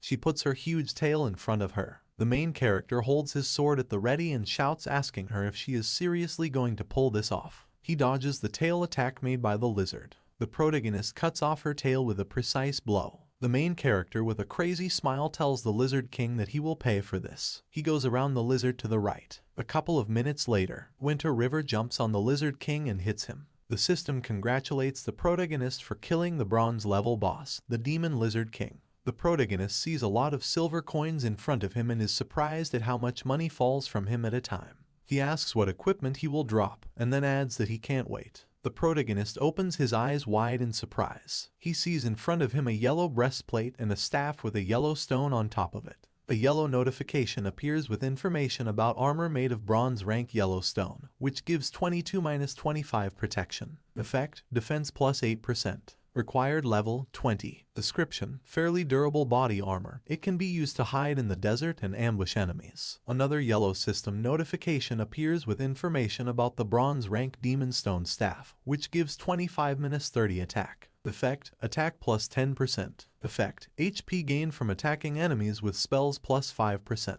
Required level 20. Description: a precious beginner's staff, which can become a real treasure for novice magicians. The main character says that the armor's characteristics are not bad, but he needs level 20 before he can use it. It's too early for it. He adds that regarding the staff, its attack is relatively high and even restores HP. But he is not a magician. Using the system window, he calls the dragon soaring 10,000 miles away, and then says that he has acquired equipment and asks if he wants to buy it. The interlocutor tells the main character that the level of this equipment is too high. No one in the guild will be able to use it. The main character says that sooner or later they will be able to use it. Plus the characteristics on the staff indicate that it is quite useful, so why doesn't he name the price? The interlocutor says that he can only offer 50,000 and this equipment is for the early levels of the game and no matter how good it is, it will be replaced very quickly. The main character answers the interlocutor what to do. He knows, and then adds that he will first transfer the money, and then send someone to the wasteland. Winter River with a smile on his face says that he was able to get 100,000 in just a couple of days. He adds that he is confident that the untapped potential of eternity will bring him even more in the future. The main character stands in front of 3 lizards and says that he is already done with the mission that the teacher gave, so he will just kill a couple more and that's enough. He hits one of the lizards and cuts it into 2 parts. He strikes another lizard in the neck. The system congratulates the protagonist on reaching level 16. The protagonist is enveloped in golden energy and he says that he is now level 16 and can put on the shoes that he knocked out earlier. The main character puts on new boots and says that now he is finally fully equipped and will now continue in the same spirit. The evening sky rises above the buildings. The main character takes off his virtual reality helmet and sighs, and then says that he is hungry and that he should at least order delivery. He picks up the phone and sees that Wang Kai asks the main character if he is here and invites him to have a barbecue. The main character, with a smug smile on his hand, types a message and says that this brat is bullying again, and then adds that of course they will see each other at their usual place. Wang Kai is the protagonist's friend from university. They met over a video game, but became really close after they graduated. High-rise buildings tower over the city. The main character in a black jacket walks among the townspeople. He sees a guy with brown hair and a blue jacket sitting at a table. Wang Kai hugs the protagonist in a friendly manner and calls him Brother Han, and then says that they have not seen each other for a long time and he has work for him. The main character asks his friend what kind of work he has. The brown-haired guy replies that we are talking about a pro player. They sit down at the table and eat kebabs. Wang Kai tells the main character that with his abilities, it would be remiss not to play professionally. He adds that he works at a studio that is preparing to make a big splash with eternity, so he can introduce him to them and they will work together. The protagonist eats a kebab and says that he would prefer to refuse. The brown-haired guy points his finger at the protagonist and asks him if he is really afraid that he will interfere with him. He says that it would be very unbrotherly of him, and then says that they pay quite a lot and if he officially joins, he will receive about 8,000 a month, plus insurance and a pension. He adds that this will be enough and there will still be left for a more comfortable life. The main character has a misunderstanding on his face. Wang Kai says that besides, with his skills one could easily earn more than 10,000. The main character with a smile on his face says that he meant that he prefers to work independently. The brown-haired guy asks the protagonist about independent work. Wang Kai, with a smile on his face, points his finger at the protagonist and calls him a scoundrel, and then says that this means that he has already started playing. Han says Eternity's virtual reality is so realistic that it is called the second world. He adds that he could not help but be affected by something so tempting. The brown-haired guy asks the protagonist what his nickname is, and then says that he will add him as a friend later. The main character, with a smile on his face, puts his hand forward and says that this is a secret. With concern on his face, he thought that now everyone was hunting for him and, just in case, he would not reveal his name for now. Wang Kai tells the protagonist that it's so secretive, and then asks him if he's being stalked in the game or something like that.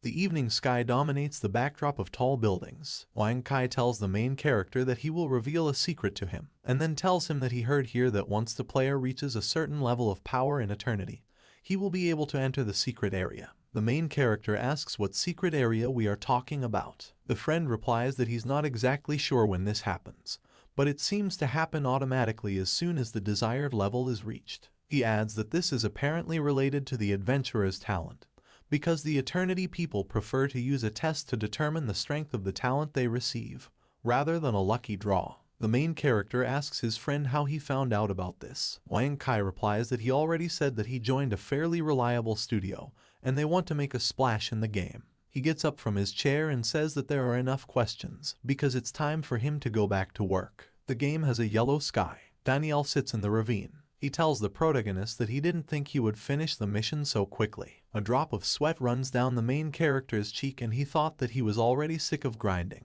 He asks the teacher to give him a reward. The Necromancer tells the main character not to worry, because he will never offend his students. Daniel touches the protagonist's forehead. The main character receives a system notification informing him that he is receiving 25,000 experience points and a silver rank storage ring. Winter River is enveloped in golden energy, and the system congratulates him on reaching level 17.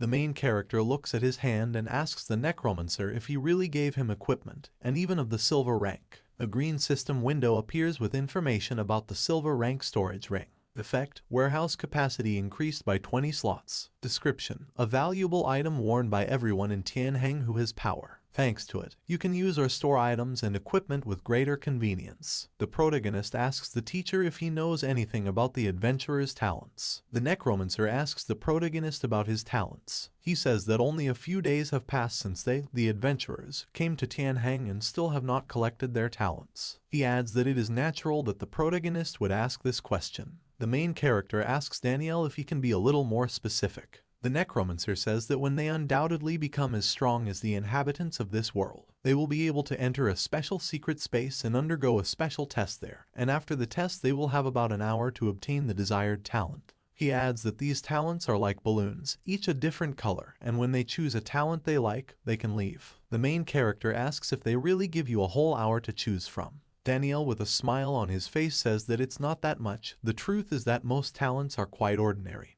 and then says that most of the time he will find C or D rank talents for the entire hour. He adds that, for example, his talent C is called Healing Obsession and gives a small chance of getting a second medicine during its production. The Necromancer, with a serious expression on his face, says that he heard that the sword god from the Light faction has a talent called Sword Heart. He adds that when you use a sword, its final damage increases by 80%, which is enough to make everyone jealous. The main character asks the Necromancer what rank the Sword Heart type talent is it S rank? Daniel, with a serious expression, says no, this is SS rank, the highest talent rank in Tianheng. The main character asks if there really is no SSS rank and there is only SS. The Necromancer answers no. He reports that in the entire Tianheng continent you can count on one hand the people with SS rank talent, and this is the best possible rank. He puts his hand forward and says that here are all the ability ratings, from low to high, D, C, B, A, S, SS. He tells the protagonist that he doesn't need to think too much about it, because he gave him the S rank ability Devil Trampling to defeat his enemies. A drop of sweat runs down the protagonist's face and he says that this is rather to benefit his allies. The main character puts his hands forward and asks the teacher what meets the standards of a local resident. Daniel replies that the standard of a local begins at silver rank, and what is more important is their power level, because some people can get into the secret space at level 20, and some require level 30 or higher. The Necromancer takes the staff with both hands and blue energy emanates from it. He tells the protagonist that he will learn the rest once he is strong enough. He informs the protagonist that the time has come to give him the protection of the demonic gods. The protagonist opens his eyes wide in surprise. The main character thought that he would finally receive the protection of the demonic gods. He adds that he will see what makes her so special that she can even replace the rebirth of an adventurer on the light side. Danielle points the staff at the protagonist and tells the great demonic god to protect his followers, because he, the Necromancer Danielle, vouches for Winter River, who is a loyal member of the Dark Faction. Blue energy from the staff envelops the main character. The main character's eyes turn black and his pupils turn purple. His skin turns dark purple again. A red system notification appears congratulating you on receiving the demon god's protection, giving the protagonist the ability to earn titles. The main character asks if this is all. A system notification appears, according to which the main character received the title Fallen for betraying the adventurers of the Light Faction. The main character presses his finger on the notification. A notification appears in a golden frame, which says that thanks to the title, the protagonist's HP has finally increased by 100%.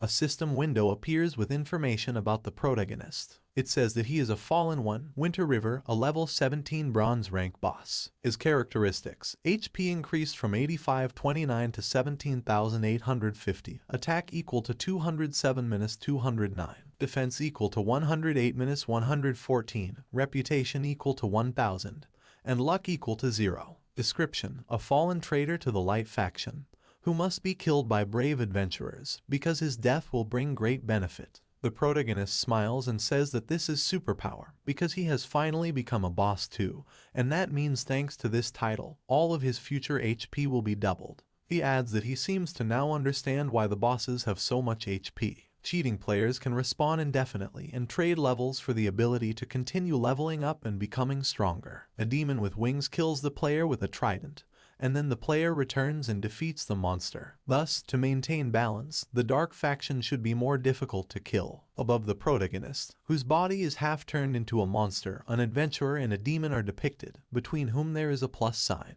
Although they are the original inhabitants of this place, the bosses of the Dark Faction are doomed in most cases, but the main character is different. He's an adventurer who joined the Dark Faction, so he has the best of both worlds. The adventurer's ability quickly becomes stronger and he, as a boss, is harder to kill. Danielle asks Winter River how it is and if he is shocked by the effects of the demonic god's protection. The main character's skin becomes normal again and he says that there is such a thing. He looks at the Necromancer and asks him where they will go next, because they can't just hang around the area all the time. Danielle replies that his wounds are completely healed, so there is no longer any need to hide, and then asks to follow him. He turns around and tells the main character that he is more than just his teacher. The main character, with misunderstanding on his face, wonders why he is boasting so much. The Necromancer and the main character leave the gorge. A system notification will appear indicating that the main character has moved to the City of Darkness map. A system window appears with information about the City of Darkness, a first-level city. Description: originally called the City of Light and belonged to the Light Faction.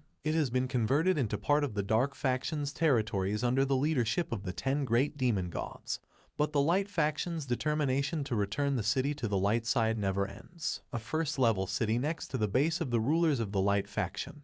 This place has been a battlefield for many years. The moon rises in the sky. Someone shouts that the head of the city has returned, so you need to open the gates and welcome him. Winter River and the Necromancer stand opposite the gate. They come closer to the gate. The main character asks the teacher if he is the head of the City of Darkness. Danielle closes her eyes and says that she has been in this position for less than 6 months, so she doesn't know many people here yet. He adds that it was because of his power and the title of head of the city that he had a chance to break through to the spiritual level. The main character, with a surprised look, wonders how he was able to claim the rights to an entire first-level city. He thought that judging by the scant information provided officially about the city, the settlements are divided into 5 levels. From small to large, 4th level village, 3rd level city, 2nd level city, 1st level main city, and the highest level, super cities. Of these, there is only 1 super city on each server in the world. The main cities of the first level are directly below them, and to conquer them you need to be on the earth level or higher. In front of the Necromancer and the protagonist are many armed skeletons. One of the skeletons shouts that their lord has been away for months, but now he has finally returned. One of the skeletons exclaims that the deputy head has also returned, and the main character looks in his direction. A skeleton in armor stands on a horse. A system notification appears, which says that the skeleton in armor is the undead Knight Cantor, a gold-level boss whose characteristics are unknown. A skeleton in armor dismounted from his horse. He bows deeply to the Necromancer and shouts that he greets the head. The main character thought with a surprised look that even with a teacher who is at the dark gold level, and a gold-level boss, the Light faction still puts enormous pressure on them. He adds that one Light faction NPC can make this first-level city fall first. Danielle picks up the skeleton and says that there is no need for such flattery, and then thanks him for all their help. The Necromancer points his hand at the protagonist and says that this is a new student, Winter River. Cantor greets the protagonist and says that he senses that his evil aura is worth fearing, and that he has great potential. There is a huge moon in the background of the tower. The main character replies that of course, because in the history of Tianheng there was not a single weak dark swordsman. The protagonist says that he will leave them here, and then asks to let them know if they need anything. The Necromancer tells the main character that he can go. A drop of sweat runs down the main character's cheek. He tells Danielle that this city is located close to the center of power of the Light faction, and then asks him if he is worried. The Necromancer smiles and says no, because he is a Necromancer and for him death is not something to be afraid of, because it is only a small price to pay for the right to become the main city. The main character, with concern on his face, thought that maybe the Necromancer is not afraid of death, but he hasn't lived much yet. Danielle tells the main character that she knows what he is thinking about, and then says that strictly speaking, Necromancers are not part of the Dark faction, so its elite is wary of them, because they do not want another invasion of the undead. The protagonist imagines an orc with an axe in his hand and thought that this was similar to what happened in the game, although he was then in the tribe, a rowdy. The Necromancer says that in Tianheng all living creatures fear and avoid the undead. He reports that he will die, but he received everything he wanted from this city and all that remains is to achieve his goal, so death is not scary for him. Danielle, with a serious expression on his face, tells the protagonist that as his teacher, he will not drag him down to hell with him, and then informs him that his position as the head of the city may seem like a dangerous thing. But before everything is over, he can give him some advantages by using your position. The main character asks what advantages, for example. The Necromancer puts his hand on the protagonist's shoulder and then says that the Dark and Light factions are preparing their weapons on the eve of a historical battle. Danielle says that at the moment they have not yet taken the first step, so the calm before the storm continues. He adds that before the battle begins, as his teacher, he will train him well and as the head of the city. He has many resources that will help him grow. The protagonist, with a surprised look, thought that who would have thought that this teacher he came across by chance could teach him so seriously. He wonders if he is a real person or an NPC. Danielle, with a smile on his face, tells the main character that although he cannot give him equipment and items just like that, he has other ways to help him. He adds that recently, near the city, wild mice were attacked by demonic energy. They often attack patrolling skeleton soldiers and their number continues to grow, so the protagonist must go and help deal with them. The protagonist receives a system notification asking him to accept the mission deal with the wild mice with difficulty. See, the main character asks the Necromancer if a living creature attacked by demonic energy does not become part of the Dark faction. Danielle sticks her hand out to the side and says that most wild animals that are attacked by demonic energy lose their minds and still have a pleasant goodwill towards animals of the same species, but they will fight everyone else to the death, regardless of faction. A shadow falls on the Necromancer's face. He tells the protagonist that he should know that dark swordsmen are notorious within the ranks of the Light faction. He adds that as soon as he attracts their attention, he will lose the chance to grow. A system notification appears with a description of the task. Deal with the wild mice of difficulty B. Description: you need to get rid of the wild mice that attack the skeleton soldiers. Destroying the root of the problem will be even better. Requirement: kill 500 demonic wild rats. The main character walks outside the city and asks where he should start in search of the source of the demonic wild mice. He looks at the skeleton and asks him where the most demonic mice are. The skeleton, with a dissatisfied expression on his face, says that it is obvious that she is a girl, and then asks him why he then calls her brother. A drop of sweat runs down the protagonist's face and he wonders how he should determine the gender of a pile of bones. He calls the skeleton young miss and then asks where he can find the demonic wild mice. The skeleton's face turned red and she said that they were especially prolific on the northern side of the City of Darkness. The main character, with a dissatisfied expression on his face, asks what follows from this. The skeleton replies that they also really like to rummage around in her body. It's very annoying and she's ashamed in front of her boyfriend.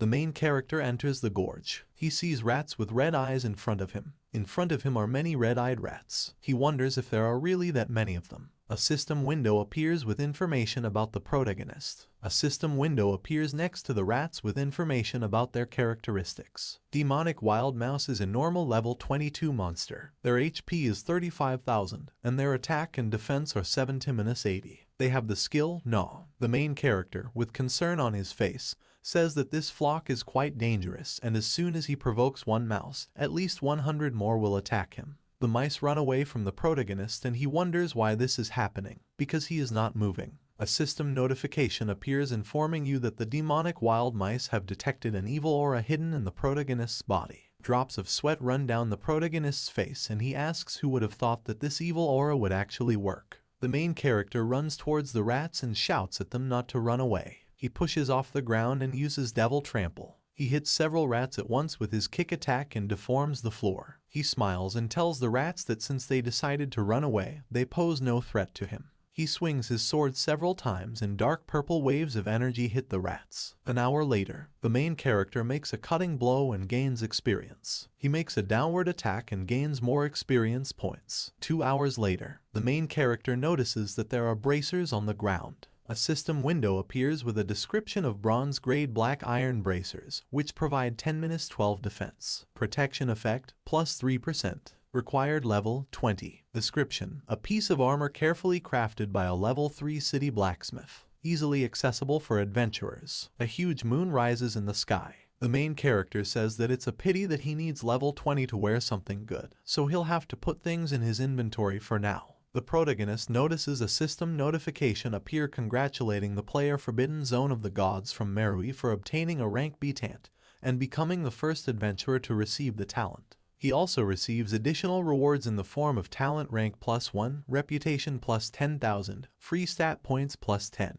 A drop of sweat runs down the protagonist's cheek and he asks if anyone has already received the talent, and then says that, as expected, many are now grinding. A purple system notification appears informing the protagonist to pay attention to the fact that his extermination of the demonic wild mice has angered the silver rank boss Demonic Mouse King. The ground beneath the protagonist is destroyed and he wonders who this demonic king of mice is. Someone came out of the ground. A purple system window appears with information about the Demonic Mouse King, a silver level boss. His HP is 150,000, attack is 220-230, defense is 140-155, and his talents are unknown. Description, the king of mice who stumbled upon a source of demonic energy. A terrible coincidence has led to the fact that the king has strength exceeding that of an ordinary mouse, but he usually hides from everyone. Bad luck for the adventurer who stumbles upon it. A huge rat with red eyes stands in front of the main character,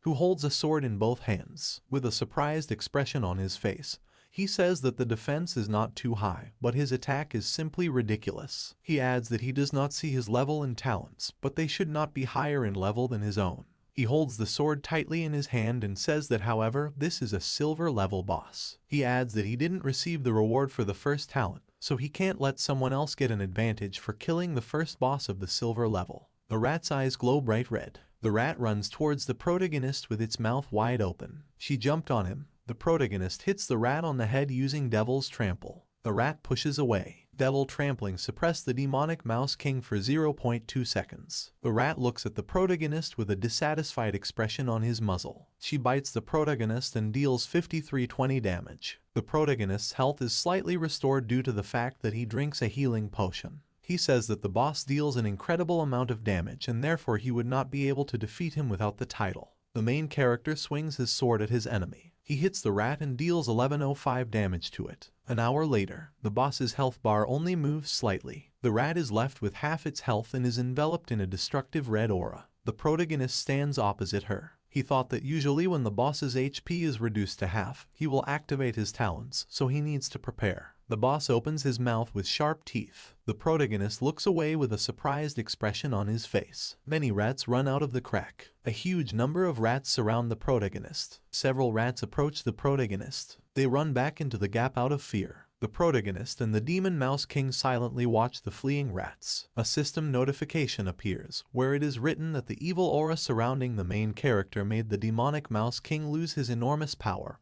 and therefore he decided to run away. The Rat King burrows into the ground. The main character shouts to the boss how dare he run away. He grabs the boss by his tail. The demonic Rat King pulls the main character along with him, and he asks the boss if he really thinks that he can escape in the middle of the battle. The boss, with a frightened expression on his face, is trying to run away. The main character hits the Rat King twice with his sword and deals 1280 and 1360 damage to her. He screams and asks her if she really wants him to not get the first kill. The rat breaks the wall and the main character lets go of its tail. He lands on the ground. The demonic Rat King stands near a purple crystal shrouded in purple energy and restores his health. The main character noticed something. He says with surprise on his face that he feels a wave of power in this area, and this must be the source. The protagonist looks at the purple crystal. This is the lilac electric diamond. Violet energy envelops the protagonist. The main character looks at his hand. A system notification appears informing that the light from the lilac electric diamond has illuminated the protagonist,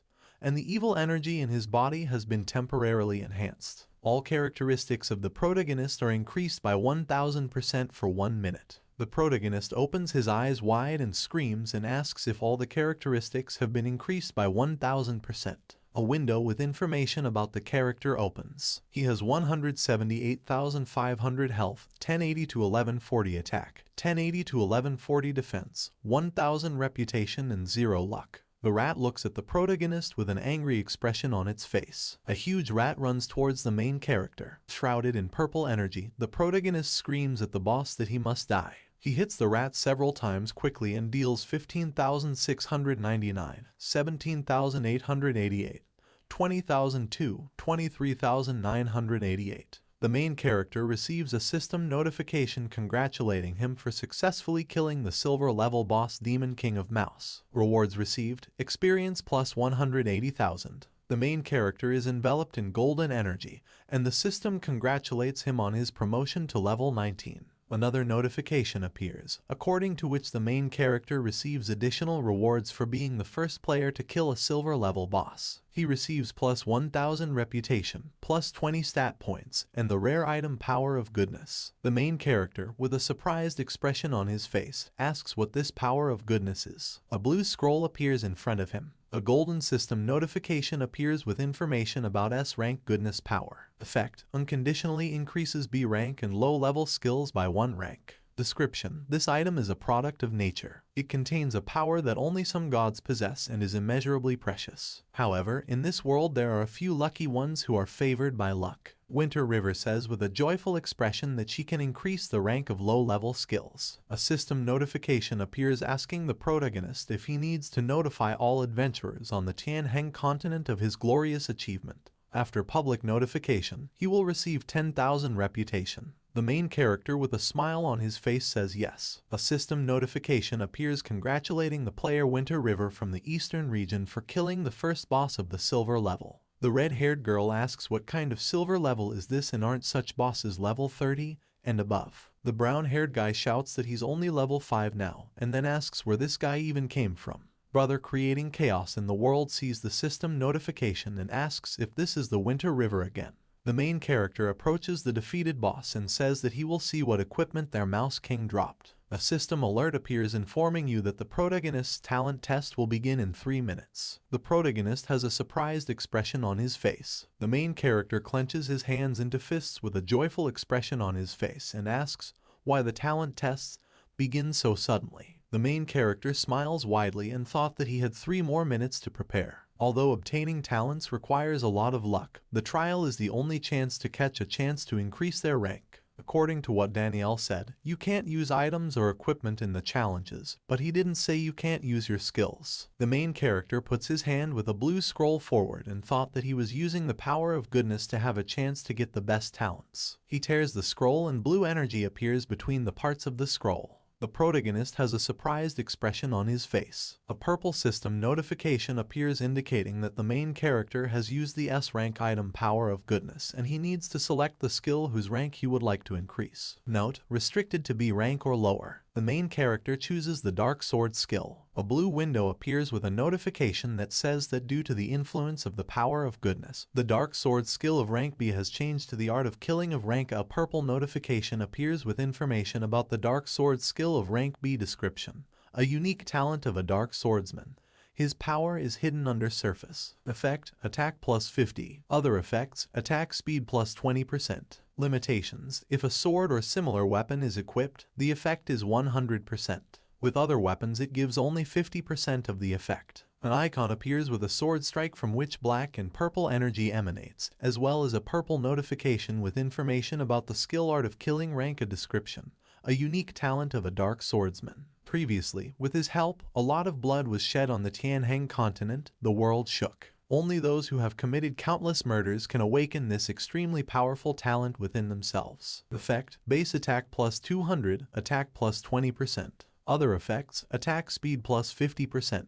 The main character with a smile on his face shouts that this skill is disgustingly strong, because the passive dark sword skill only increased his attack by 50. But when it turned into the art of killing, this figure increased 4 times, and it now provides a fixed increase in attack if removed requirement for swords and similar weapons. He adds that his current attack limit is only about 200, so the passive addition doubled it. The protagonist sees a purple crystal in front of him. The crystal breaks into small pieces. A blue system notification appears with information about the A-rank lilac electric diamond. Description, a magical gem that can temporarily stimulate a person's latent power. If the player has a lot of stones, then their strength will be increased insanely, but if they have few, then the increase in strength will be negligible. Effect, increases strength according to hidden strength, lasts 1 minute. Usage, 2 out of 3. Note, hidden strength is influenced by many factors. The system calculates everything according to the player's level, role, talent, attributes,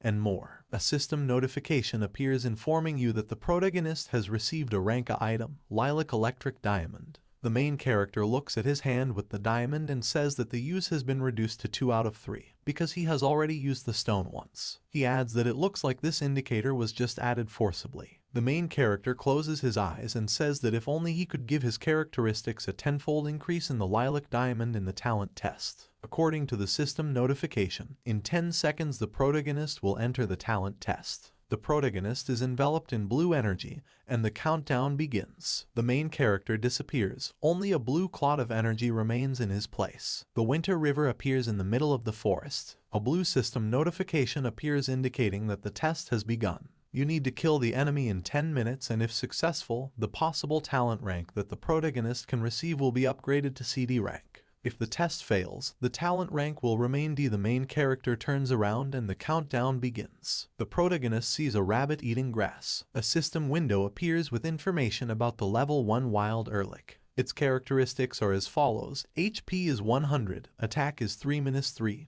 defense is 1-1, and there are no talents. Description, an ordinary wild rabbit appeared at a talent test. It is unknown what fate awaits him. The main character looks at the rabbit and thought that its characteristics are worse than that of the slime, and then wonders if he is some kind of joke for this test. The main character opens a red window of the system with information about the character, where his level is 1. He says that although his level has dropped to 1, it seems that he can contribute the free points that the system awarded him. The protagonist has 20 unallocated points. The main character controls the system window with his finger and says that he will spend all the attack. He kicks the rabbit and all that is left is an eye. A system notification appears according to which the main character has fulfilled the requirements and the possible rank of the talent he received will be CD. Someone materializes in front of the protagonist. A purple notification appears with information that the protagonist needs to kill the enemy in 10 minutes. On success, the possible talent rank he can obtain will be upgraded to BD rank, and on failure, the talent rank will remain CD. A skeleton appears in front of the protagonist. The skeleton is enveloped in a blue aura. The main character receives a notification that he has reached level 10 and says that everything is obvious.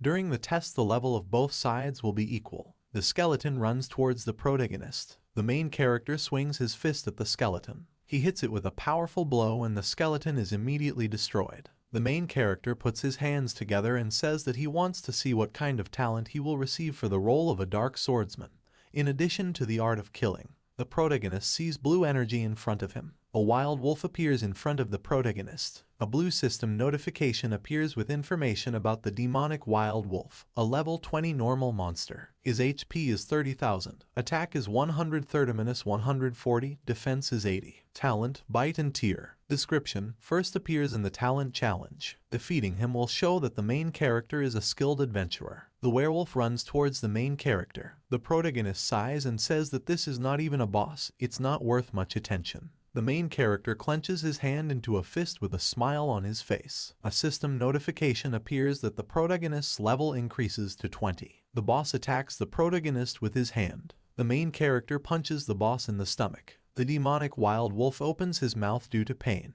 A new enemy materializes in front of the protagonist. A system notification appears, congratulating the protagonist for fulfilling the requirements, and also that the rank of talents that he can receive has increased to add. The main character looks down and says that it doesn't seem particularly difficult. A warrior in plate armor whose eyes glow appears in front of the protagonist. The main character and the warrior are running towards each other. They exchange a lot of blows. The protagonist hit the warrior's head with his fist. The warrior is pushed back after a powerful blow, and the main character receives a system notification congratulating the protagonist for fulfilling the requirements. Further, it is written that the rank of talents that he can obtain has increased to SD. The protagonist says that the next rank should be SSS. A system notification appears with information that the protagonist needs to kill the enemy in 10 minutes, and if successful, the possible talent rank that the protagonist can receive will be upgraded to SB rank. If the protagonist fails the test, the talent rank will remain SD. A new enemy materializes in front of the protagonist. A winged tiger appears in front of him, emitting crackling purple energy. A purple system window appears with information about the young violet winged tiger, a dark gold level boss. Character level is 1. HP is 50,000. Attack is 360-380.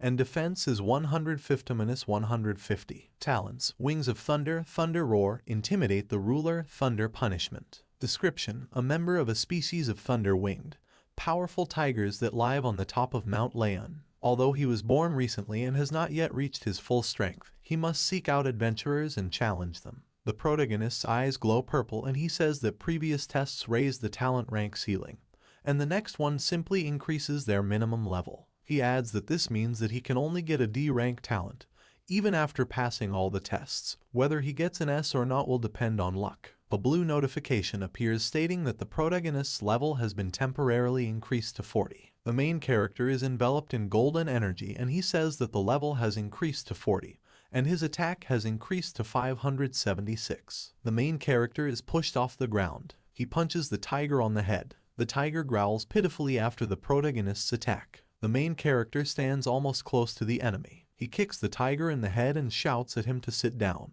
He punches the tiger several times. Purple crackling energy appears in the air. Winter River is struck by lightning. It was the attack of the purple winged tiger, Thunder Punishment. The main character punches the tiger on the head and screams at it to die. A blue system notification appears congratulating you on completing the requirements. The rank of talents that the protagonist can obtain has increased to SB. The tiger will disappear, and according to the system notification, the protagonist receives 5 free stat points. The main character with a smile on his face asks if he really received additional awards. He controls the system window and says that he will put all his points into the attack. Streams of water appear in front of the main character. In place of the streams of water, a monster with the head of a tiger with horns and the body of a reptile materializes. Water Killin, a god-level boss. The main character opens his eyes wide and asks if this is a god-level boss, and the test is so difficult. A blue notification appears with information that the protagonist needs to pay attention to the fact that his level has been temporarily increased to 50 and will return to its original level after passing the test. Streams of water float in front of the protagonist. A system window appears with the characteristics of the protagonist at level 50. His HP is 25,000, attack is 600, defense is 250, reputation is 120,000.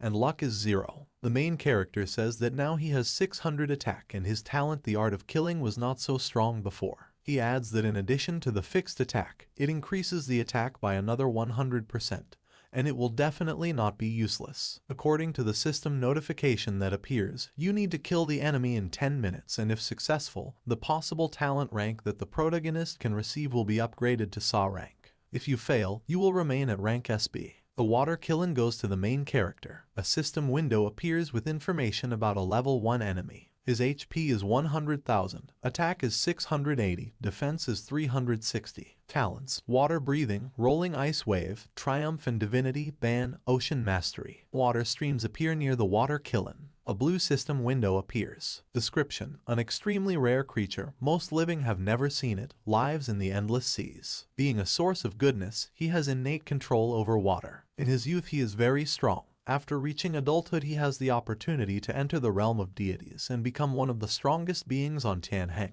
Appearing in one of the talent test levels can affect the real world. A drop of sweat runs down the main character's cheek and he says that the enemy of a much higher level than the dark gold one from the last test has jumped at least 3 levels: Spirit, Earth and Sky. He adds that although he is level 50, the stats of a god rank level 1 boss clearly give him an advantage, albeit less than his talents, so it will be difficult with him. The water Killen approaches the protagonist. The main character says that his last talent is preceded by the word ban and wonders what this means and whether a level 1 water Killen can already cast curses. The enemy opens its mouth and concentrates blue energy. A beam of energy is directed at the main character. The protagonist dodges the destructive beam. The main character was hit by the attack. He gritted his teeth and thought that even his normal attacks caused a lot of damage. A water Killen jumps on the protagonist. It attacks it with its front paws and deals 45-55 damage to it. The enemy knocked the protagonist to the ground. The main character thought how much damage there is from ordinary attacks. The water Killen opens its mouth and concentrates blue energy. The main character gritted his teeth and thought about what he should do, because he was under control and would he really lose. The protagonist thought that, to be honest, he did a good job and if he was lucky,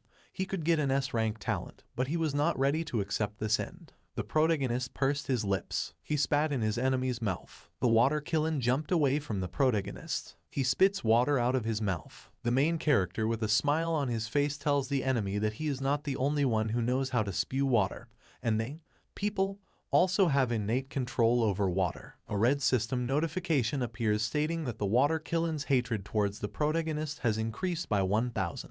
The monster is enveloped in blue energy. A red system alert appears with information that the water Killen was angered by the protagonist's taunts and is now going to use the talent ban, Ocean Domain. The protagonist is standing in the water. With concern on his face, he thought that he would demolish him in one blow. Powerful purple energy emanates from the protagonist's chest, and a purple aura envelops his body. The system congratulates the protagonist for reaching level 50 and awakening the hidden power of the Dark Swordsman during battle. He has learned the skill, Rank S Dark Reincarnation. Streams of powerful crackling energy emanate from the protagonist. He gritted his teeth and thought that the dark energy in his body was about to explode, because he could not control it. He shouts that he hopes it will be cool. A purple system window appears with information about the S-rank Dark Reincarnation. Description: Dark swordsmen walk on the brink between life and death. They are not afraid of death, but thirst for battle and have the strength that allows them to use every last drop of their body's power to achieve victory. Effect: the protagonist's stats are increased by 50% for 5 minutes. Negative effect: after using this skill, the character's level will drop by 10. Cooldown time, 7 days. The main character smiles maliciously and says that this skill harms both you and your opponent, so ordinary players should think twice about whether to go down 10 levels for a 5-minute increase in stats, but for him it is simply divine. The main character clenches his hand into a fist and says that in the end, he can level up again.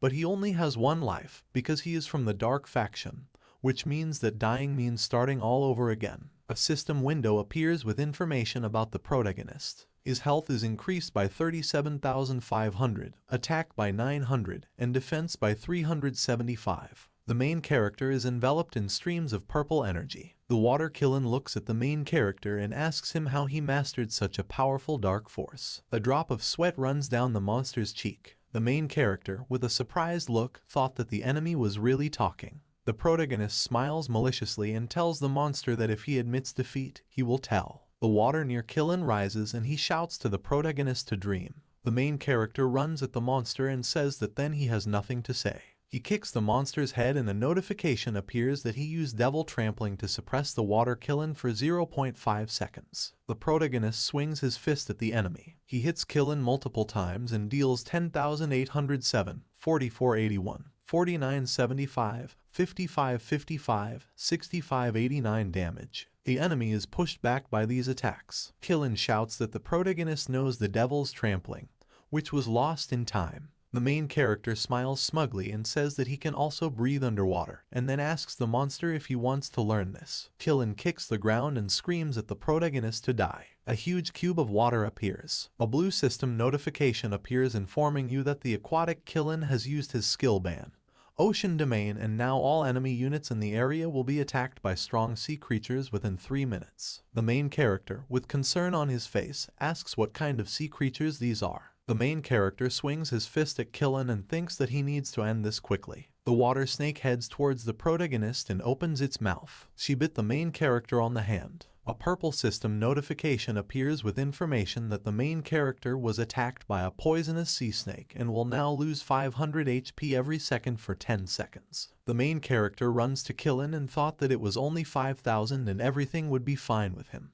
The main character's leg is grabbed by the tongue and 96 units of damage are dealt to him. He turns around and sees a toad grabbing him. The protagonist frees himself from the grip and runs towards the Killin. He jumped on him and screams at him to die. He mounts the monster and punches it, then screams for it to die. The monster clenches his teeth and shouts to the protagonist to stop insulting the honor of Killin. The main character, with a smug expression on his face, raises his fist and tells the monster that he should just be an auspicious symbol, and since when is he so good at fighting? The monster tries to throw the protagonist off and shouts at him to shut up, and then asks him how dare he use such dirty tricks. The protagonist, with a worried expression on his face, thought that he just wanted to distract the water Killin without using another skill. Someone tells Killin, calling him Jia to stay calm, because he shouldn't lose his head when fighting the enemy, so he should watch out for his skills to recharge. The protagonist looks around, and Killin has a surprised expression on his face. The main character wonders if one of the inhabitants is watching the talent test. He tells the monster that no good should be expected from a person spying on him riding a Killin in broad daylight. He adds that he and others like him only make him suspicious,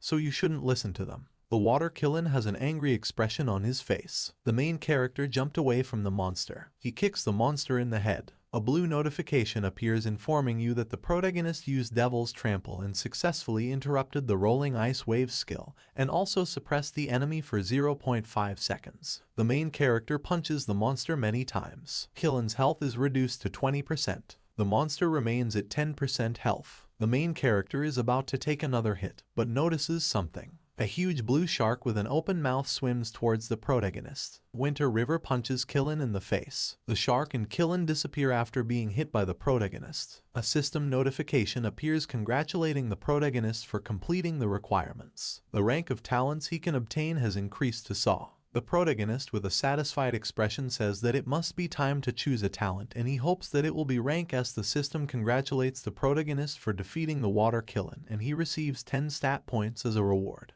The system congratulates the protagonist on reaching the talent selection stage. Someone tells the protagonist that he is not so bad, but unfortunately, he turned into the wrong camp. The main character looks towards blue distortions in space. The main character, with a smug smile on his face, asks his interlocutor if he really thinks that by joining the light faction, he will correspond to the light. The interlocutor tells the protagonist that given his strength, sooner or later they will meet again. The blue distortions in space disappear. The main character answers his interlocutor that he hopes that they will not meet as enemies. A system notification appears congratulating you on passing all talent tests and moving on to the talent selection stage. Note: talent cannot be improved, replaced, or forgotten. It will remain for life. The main character looks at the system window with a surprised expression. He asks, is there really no test for SS rank? The space around the main character changes. Many talent balls appear around him. The main character touches the ball with a rank a talent and asks if these are all talents. A window appears with information about the A rank talent Solid Rock, which increases final defense by 20%. The main character asks if all A rank talents are really that strong. He thought that this was not just protection, but the ultimate defense. He adds that this is a completely different case, although it belongs to the same category. People who have such talent have full defense points, are extremely durable and resilient compared to an ordinary person. The protagonist imagines a man in armor protecting himself with 2 shields. The main character, holding a ball in his hand, says that the best defense is an attack. He thought that, as they say, those with the thickest armor hit the hardest, and if the defense is high enough, he will be able to protect himself. but will not be able to prevent others from attacking his teammates. He adds that if a teammate dies and the player faces a group attack, then no matter how he responds to the attacks, he will sooner or later lose. A warrior in armor is kicked by several people. The main character releases the ball with the talent and says that in comparison, he prefers to receive extreme damage, and besides, if the Dark Reincarnation can reach 6 stars, it would be a loss not to choose a talent that helps in the attack. The protagonist looks at the many other talents and says that it seems like a whole hour is enough, but there are too many energy spheres and there are too many to choose from. Even if you only briefly look at each of them, you still get the feeling that he is blinded. The main character runs between the talents and touches them. Information appears about the A-rank invulnerable talent, which increases HP by 30%. A system window appears with information about the A-rank fear of fire and water talent, which increases resistance to water and fire by 50%. Another system window appears where it is written about the talent rank A Rupture, which deals an additional 20% of the fixed damage value to the enemy every second, lasting 10 seconds, and can stack up to 10 times. The main character, with concern on his face, thought that they were all rank A. He clenches his hand into a fist and shouts, "Why not give him an S rank?" 10 minutes pass and he touches another A rank orb. 20 minutes pass and the protagonist continues to encounter only A rank talents. The protagonist touches the golden orb. He grabbed the sphere with the letter S written on it. A golden window of the system appears where it is written about the immortal talent of rank S, which during the battle restores 0.3% of health per second, and after leaving the battle, 2% per second. The protagonist holds a shining ball in his hand and says that this is an incredible talent, so if immortality and death overlap, then the recovery power will be simply abnormal. He adds that during combat it will be possible to restore 0.4% of HP per second, and outside of combat you can restore full HP in less than a minute. The protagonist, with a dissatisfied expression on his face, thought that this was not an attacking talent after all. He says that he will hold it for now, and if he cannot find the right talent in time, then he will take this one. 40 minutes pass. The protagonist continues to search for offensive talent. 50 minutes pass. The protagonist looks around with concern on his face. He notices another S-rank talent and shouts that here he is. He reaches out with his hand towards the golden ball. He touches the ball and shouts that everything depends on him. A golden system window appears with information about the S-rank madness talent, which reduces defense by 20% but increases final attack by 40%. The protagonist looks at the ball with a smug smile and shouts that this is good, and even though it has a negative effect that makes it weaker, the improvement in attack is unprecedented. He adds that in the last stage of the attack, with the power of madness, the effect will be greatly increased. A blue system window appears, where the system asks the protagonist if he wants to choose madness as his talent. The protagonist agrees with this. A blue system window appears, congratulating the protagonist on receiving the insanity special talent. Black and purple energy flows towards the protagonist. The main character closes his eyes and thought that he was done, and the only thing he regrets is that he was never able to see the SS rank talent. A system window appears congratulating the protagonist on becoming the second player in the north to receive the talent. Another system window appears with information that the main character receives rewards in the form of 1 talent level, reputation plus 1000, as well as free stat points plus 5. The protagonist has a surprised expression on his face. He is silent for a short time.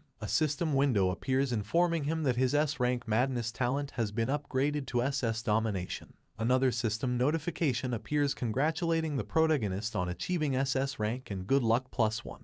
The main character, with a satisfied expression on his face, shouts that he did not expect that the game would be so generous to the second player who received the talent. It turns out a blue system window that the protagonist has completed the talent test and will be returned to his original place. The main character disappears from the talent test space. Blue particles of the system appear in the gorge. The protagonist materializes in the middle of the gorge and the rats immediately run away from him. The main character opens the system window and says that you need to look at the improved talent. A purple system window appears with information about the SS rank domination talent, which increases the final attack by 50%. The main character smiles and thought that the effect of the talent is simple and crude, and also, unlike madness, it does not reduce defense, and the final attack is increased by an additional 10%, which is in no way worse than the talent Sword Heart from the light faction of the Sword God. The protagonist smiles widely and thought that in fact, dominance is much stronger. The main character puts his hands to the sides and shouts to the system that he loves her. He has a surprised expression on his face. He looks at the shine to the side of him and says that he forgot to look at what fell from the Mouse King. There are coins, boots, a helmet, and a sword on the ground. The main character exclaims that it seems to be full of good equipment. A muscular man with an open torso squeezes his biceps. A system window appears where information about this player is written. His name is Forbidden Zone of the Gods. His class is Assassin. His level is 19.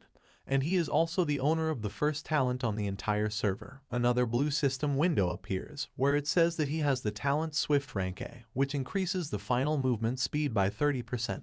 Forbidden Zone of the Gods says that if anyone wants to get advice from a handsome brother like him, they can private message him. People write comments on the broadcasts. One of them asks if all US players are so aggressive. Another commentator writes that this guy is very lucky that he has a rank A talent. Another commentator asks what kind of pumped up assassin this is. The main character sits at the computer with instant noodles brewed and says that this player is acting so arrogant because of some rank talent. He eats the noodles and says that however, he is already gifted with high speed, since he has the assassin class. He adds that what a pity that in the face of absolute power, all skills are nothing more than tricks. He puts the helmet on his head and says great, now that he's had enough to eat and drink, it's time to log into the game. The protagonist materializes in the gorge. He opens the system window and says that the mission Get Rid of Wild Mice is completed. The boss gave him 3 pieces of silver rank equipment and 50 silver coins. A system window appears with information about the silver rank shiny golden helmet, which gives 18-22 defense,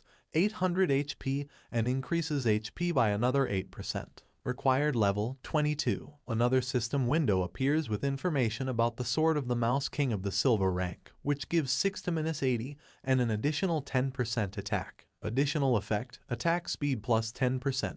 Required level 25. Another system window appears with shiny golden boots of silver rank, which give 20-25 and 8% protection, 100 HP. Required level 30. The main character with a dissatisfied expression on his face says that unfortunately, the Sword of the Mouse King requires level 25, and boots are even higher, as much as 30. The main character looks away and says that he is still 27% short of level 20, so it's time to try out his new talent. The main character starts to run. He holds a sword in both hands and attacks the rats. The main character hits the rats with an overhead blow and inflicts 11,487 damage on them. He draws his sword behind his back. Winter River with a satisfied expression says that the attack power of about 750 is really amazing. A system notification appears in front of the protagonist, where the protagonist is asked if he wishes to notify all adventurers located on the Tianheng continent about his glorious exploits. Note, after the announcement throughout the server, the main character will be able to receive 5,000 reputation. The main character with a smile on his face says yes. A system notification appears congratulating the Winter River player from the eastern region for receiving the SS rank domination talent.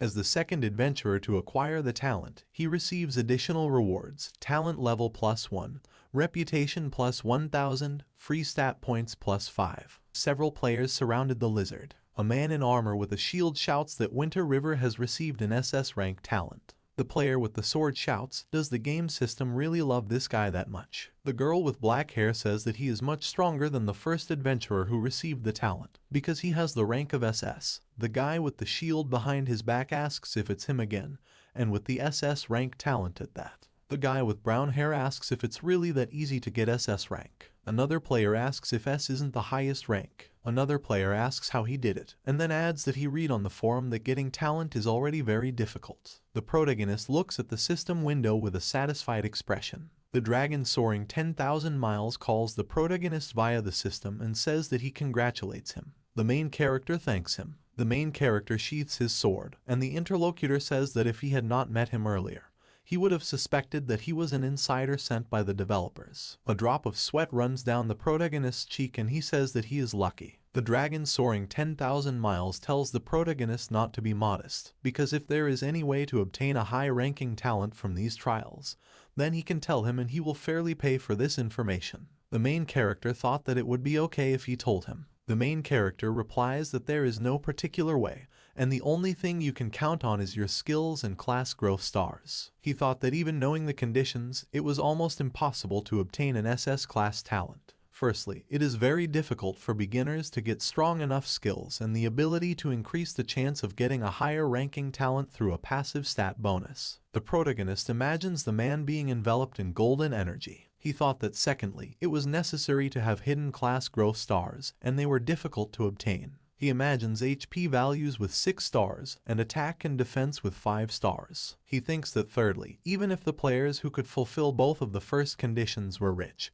they would still need to spend a huge amount of time and money. He adds that the first few +1 rewards have long been taken.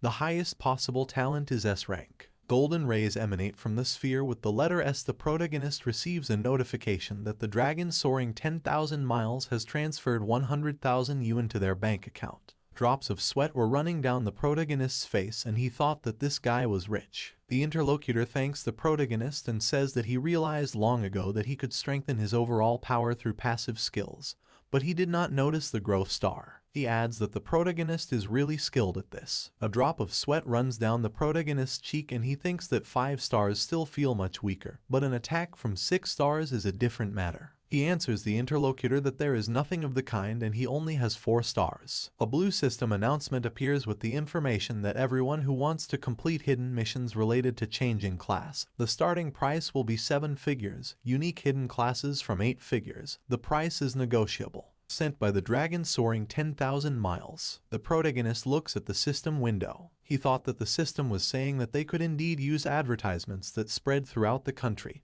and cost 100 gold coins at a time. He adds that the replenishment function is currently not working and gold coins are being sold at a sky-high price of 7,000 yuan per piece, and with this announcement the amount will go into the hundreds of thousands. The protagonist smiles and wonders if this is all because he told him that he has a full 4 stars. A guy with a beard from the protagonist's friends list sits on a rock with his arms crossed and says that it seems that the level of hidden class growth stars is really high. A drop of sweat runs down his cheek and he wondered if he was really trying to save face since he was talking about a full 4 stars. A gray-haired guy with the nickname Battle of the Tiger with the Dragon asks the leader if he knows the growth level of the stars of the unique hidden class. The guy with the goatee replies that the Winter River himself said that it was a full 4 stars. The gray-haired guy shouts and asks if it's 4 stars. The leader says that increasing the level of stars is important, and as they progress along the path of changing the 2nd and 3rd classes, the difference in power will only grow. Leaves fly through the air. The dragon says that he will do it step by step and at the moment he will not level up, because securing the hidden class is his priority,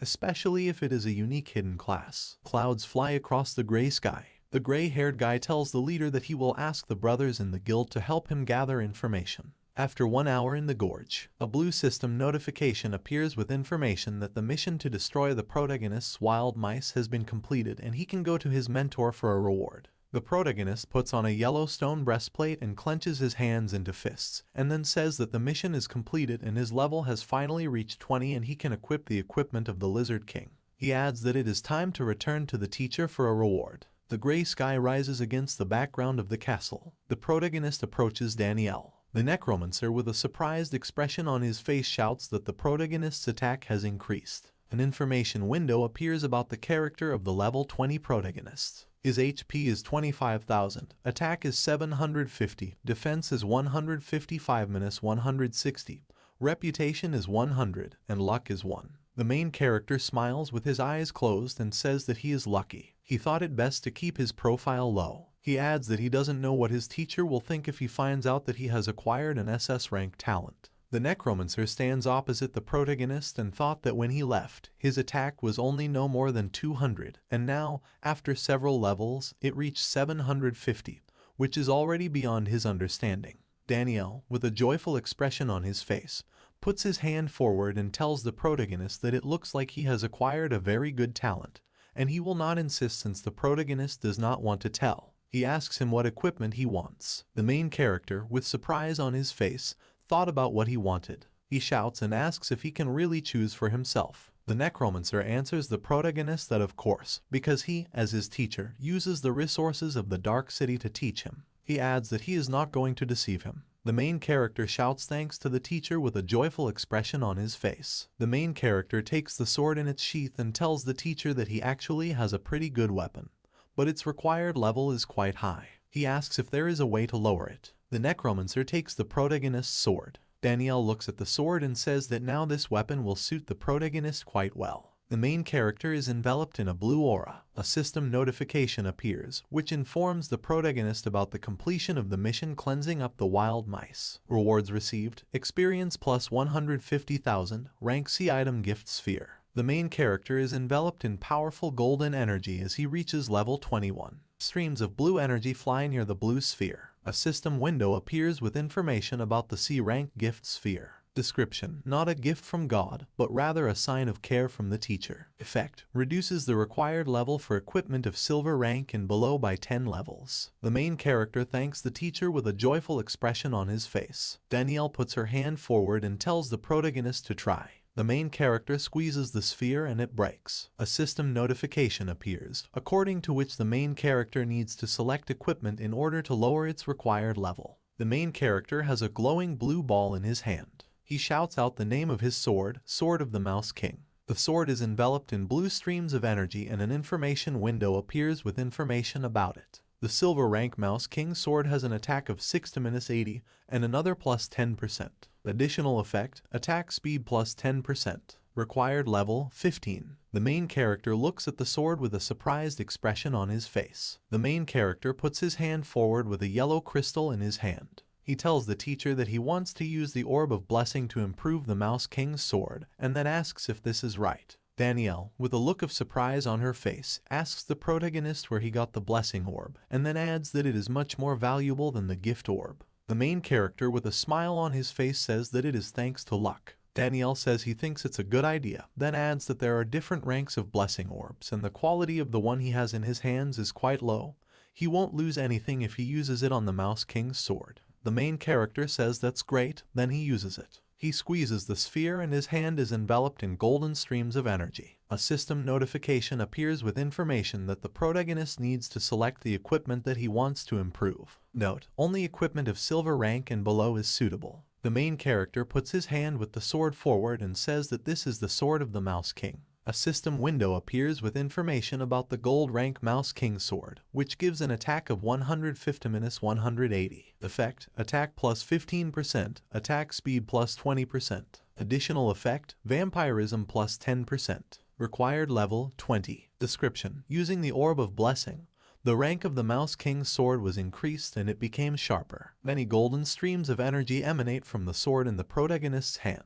The protagonist, with a smile on his face, holds a sword in two hands and shouts that gold is definitely better than silver. The protagonist sheathed the sword and says that the weapon's attack is simple, but after adding the attack percentage and the advantage of his talent, it is no longer just some 180 points. A blue system window appears, where it is written that the protagonist's power has reached a new level and he has reached the silver boss rank and his rank has been changed. The main character, with a surprised expression on his face, shouts that he is now a silver level boss. A system notification appears with information that his fallen rank has been changed to Dark Master, and his characteristics have been changed. A red system window appears with information about the characteristics of the protagonist at the time of level 21. He has 26,250 HP, 1157 to 1220 attack, 164 - 174 defense, reputation is 18,000, and luck is 1. The main character, with a smug smile on his face, says that with such an attack indicator he doubts that anyone will be able to kill him instantly. A system window with a golden frame appears, where it is written that the title Dark Master increases the final indicator,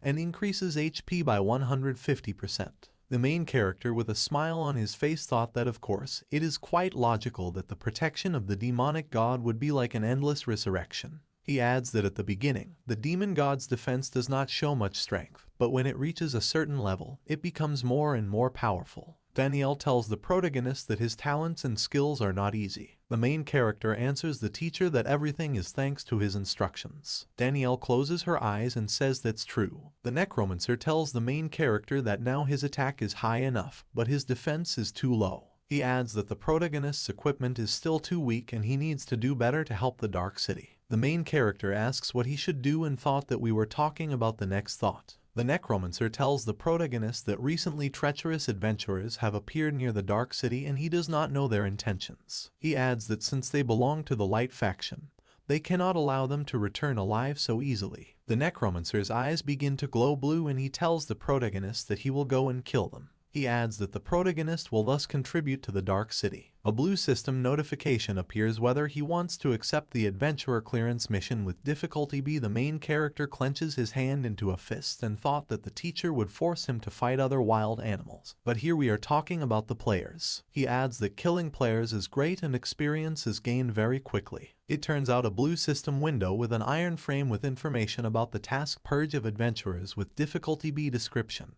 After joining the Dark faction, the adventurers in the world became enemies of the protagonists. Killing them is proof of loyalty to the Dark faction and the protagonist will also receive valuable rewards. Mission requirements: kill 500 adventurers. Reward unknown. The main character puts his hand forward and asks the teacher if he can give him a couple of elixirs. Daniel shakes his head in refusal and says that before he could give them to him for free as part of the reward for the task, but now he will have to bargain for them. He adds that as the protagonist's teacher, he can sell him potions at a 30% discount. The protagonist thanks his teacher with a joyful expression. A red system window appears with information about the healing elixir. Description: a precious medicine at such a high price that ordinary people cannot afford it. Effect: for 10 seconds after use, restores 500 HP every second. Cooldown: 30 seconds. Price: 35 silver coins. A red system window appears with information about the elixir of life. Description: on the verge of life and death,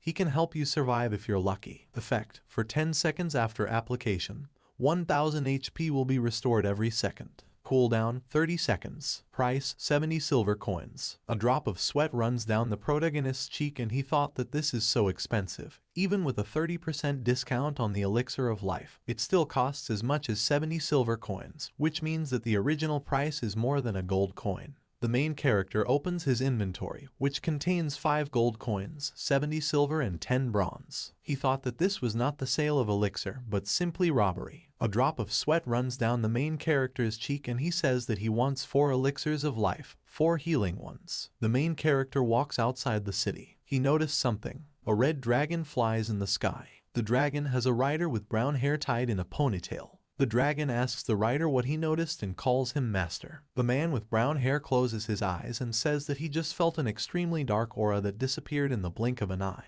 But usually such powerful demons don't appear here, and apparently it's just an illusion. The dragon asks the master if he wants to go back and check. The master replies that the mission is more important and if the demons are really here, even if he can defeat them, it will be difficult to contain them. He adds that he shouldn't waste time. The main character looks at the monster and says that it would be so cool to ride a dragon, but such a chance can only come to players in the last stages of the game. Someone is watching the protagonist from around the corner. A man wearing a half-face mask with the system window open says that he is too close and was discovered. Master of Deception, aspiring thief. Drops of sweat are running down his face and he is trying to say that something is wrong with the Winter River. His interlocutor asks what happened to him. The masked guy reports that he has definitely become a silver level boss. The main character props his chin up and laughs, and then says that this brat doesn't understand how he can be the boss. He adds that he wonders what he will choose. The main character looks towards the guy in the mask and asks him why he is pursuing him, and then calls him a stupid adventurer. The masked guy thought about what the protagonist called him, and then wondered if their titles were really that different. The Master of Deception thought with concern on his face that suddenly this meant that this Winter River might be an NPC and his name just looked like a player. He thinks that this cannot be, because NPCs do not receive rewards for killing players and he was able to post the same video that went viral. He wonders how he can be an NPC.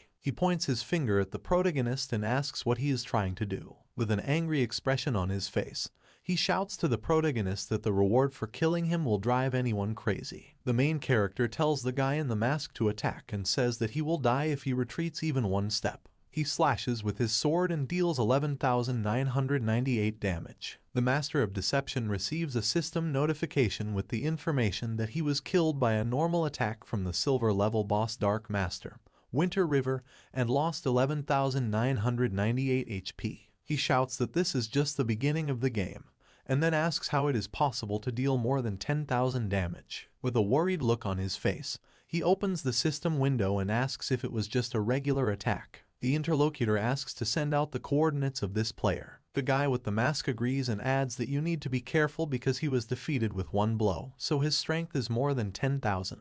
In the voice chat, someone asks how this is possible. Another person says that the highest attack power in their guild is 176, and even if he received a god-level item, he cannot have 10,000 attack. Another interlocutor says that if this comes to light, then many guilds will pull together their forces and no one cares that he is a silver rank, because he has no chance even if he is a gold rank. The main character stands with concern on his face near the blue distortions in space that appeared in the place of the defeated player. He runs away and thought that the others shouldn't get caught, because after all, he is quite valuable and there will definitely be players who will try to kill him. He runs out of the gorge and thought that although they are not so stupid as to give out scrolls with forbidden curses to adventurers, like the original inhabitants here in Brandy, there is a small chance that such an item will fall into the hands of someone, and if he decides to use it on, he's a corpse. 10 minutes later, there is a lot of smoke in front of the protagonist. There are many players standing among the smoke. The main character, with a smile on his face,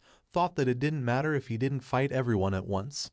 He'd be fine. He adds that for a group of adventurers who haven't even passed the talent test yet, defeating him is almost impossible. Many players are standing in the gorge. A man with brown hair with stubble is called Sharp Blade, a fierce storm. He asks the Master of Deception where he is. The guy in the mask says that he probably ran away, because this is the same place where he was killed 10 minutes ago. Sharp Blade commands everyone to start searching, and then says that no matter how, they must capture Winter River. His subordinates agree with him. Many players are exploring the area around. Someone reports via voice chat that he killed them with one blow at coordinates 7,847,548. A brown-haired guy with stubble looks to the side. He starts running and shouts to his brothers to get ready. Sharp Blade sees the defeated warrior and asks where he went. Someone reports via voice communication that he is here at these coordinates and his attack power is too high. He adds that each swing of his sword deals over 10,000 damage. The leader of the group clenched his teeth in anger and shouted that it was like they were playing cat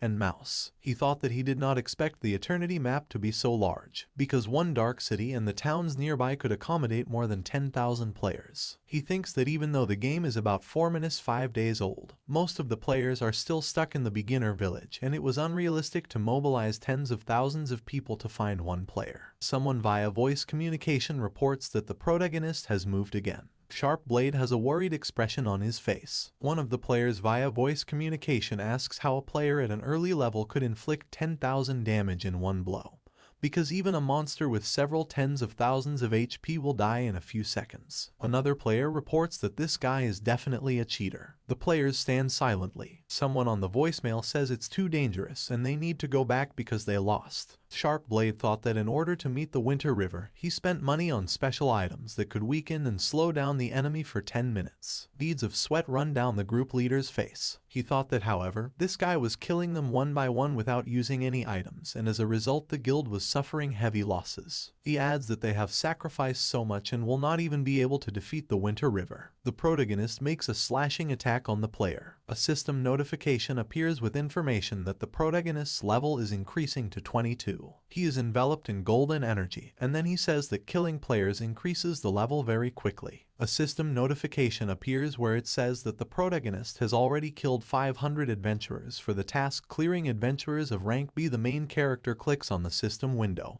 and says that he has completed the mission. It's time to receive rewards. A golden notification appears saying that the Light faction has noticed hundreds of deaths of adventurers near the Dark City. They began to make plans, and in a week they would return the City of Light, which rightfully belongs to them. The main character looks at this notification. Many players look at the notification that appears. The main character, with concern on his face, thought that there really would be a battle for the city. Battle for the city. Undoubtedly, this will be the first large-scale event in the game since its release. Many players are standing near the fortress. This will be a test of the cooperation and organizational abilities of the entire guild. Gathering a large number of players and launching a large-scale attack on a city is not an easy task. A purple notice appears in front of the protagonist, where it is written that he, being the boss, standing in third place in the line of defense against the troops of the light faction. If he is absent during the battle, his level will be lowered by 10, and his characteristics will forever be set to -1000.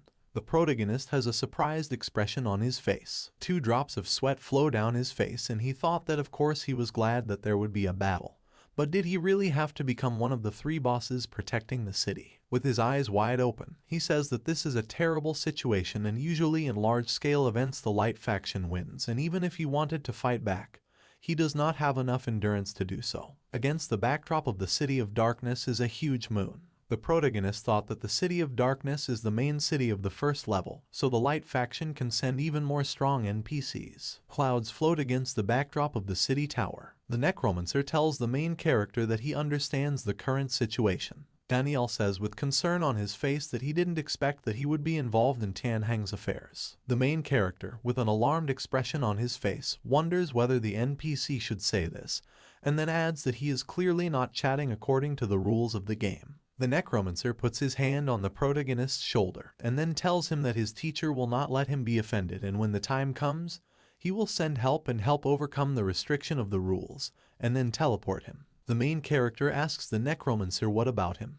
Daniel says that he is a Necromancer and is not afraid of death, and his mission is completed. He adds that death will be a kind of liberation for him. A drop of sweat runs down the main character's cheek as he thought about the mission. The Necromancer moved his hands behind his back and said that in the future he will understand that there is no need to worry about him. The main character is silent with concern on his face. Daniel sighs and says that he will solve problems as they arise. He tells the main character that he sees from him that the mission he gave is completed, and then asks what reward he wants. Winter River says she wants a pair of matching boots. A blue system window appears congratulating you on completing the Adventurer Cleanup mission. Rewards: experience plus 20,000, silver rank equipment, boots of speed. Blue energy is concentrated in the Necromancer's hand.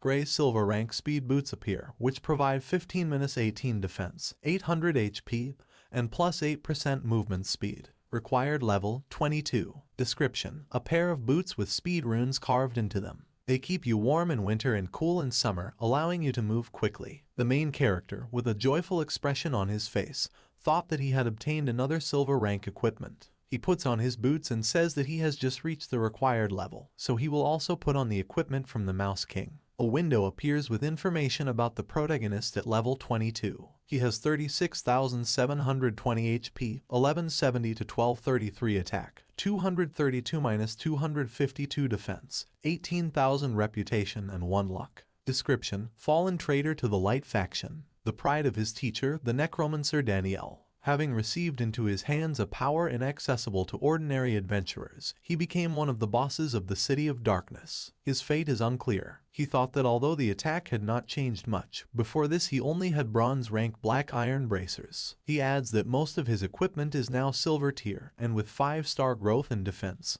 he will become a tank. Casuals won't even be able to break through his defense. The main character asks the teacher if he needs to do something else for him. Daniel rests his chin and thinks. The Necromancer tells the protagonist that he is a dark swordsman with incredible talent, and of course, he will learn powerful skills naturally as he becomes stronger. But sooner or later he will have to learn the basics. Danielle puts her hand with a scroll forward and says that this is a letter of recommendation with which the protagonist will need to go to the Swamps of Ghosts and find an undead swordsman there. He adds that he is sure he will teach him some powerful techniques. The main character takes the letter and tells the teacher that he thanks him. A blue system notification appears informing you that the protagonist has received the Undead Swordsman mission with difficulty C. Description: a mysterious undead swordsman lives in the Swamps of Ghosts. Originally raised by Daniel, his power during life led to him gaining consciousness and becoming the ruler of the Ghost Swamp. Mission requirements: you need to go to the Swamps of Ghosts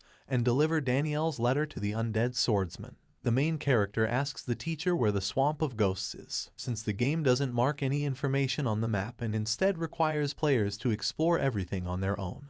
The way members of the Dark Faction travel around the world is no different from the Light Faction. Danielle points to the side and tells the protagonist to keep going north, and then he will get there. The main character thanks the teacher. The protagonist goes beyond the City of Darkness. He is walking across the field. He notices something. A notification appears that the main character has entered the Swamp of Ghosts location. He sees a pond in front of him near which blue lights are flying. The crescent moon rises in the sky. The main character notices several silhouettes. Several rotting corpses are walking around the pond. A blue system window appears with information about the common monster rotting corpse of unknown level. They have 80,000 HP, 250 minus 260 attack, and an unknown amount of defense. Skills: Bite and Rip, Fury. Description: the bodies of those killed in the Swamp of Ghosts become wandering corpses under the influence of a powerful aura of hatred. They hate all living things and treat creatures that harbor life as mortal enemies. The main character thought that he could not determine their level and defense, which means that these monsters are at least level 28.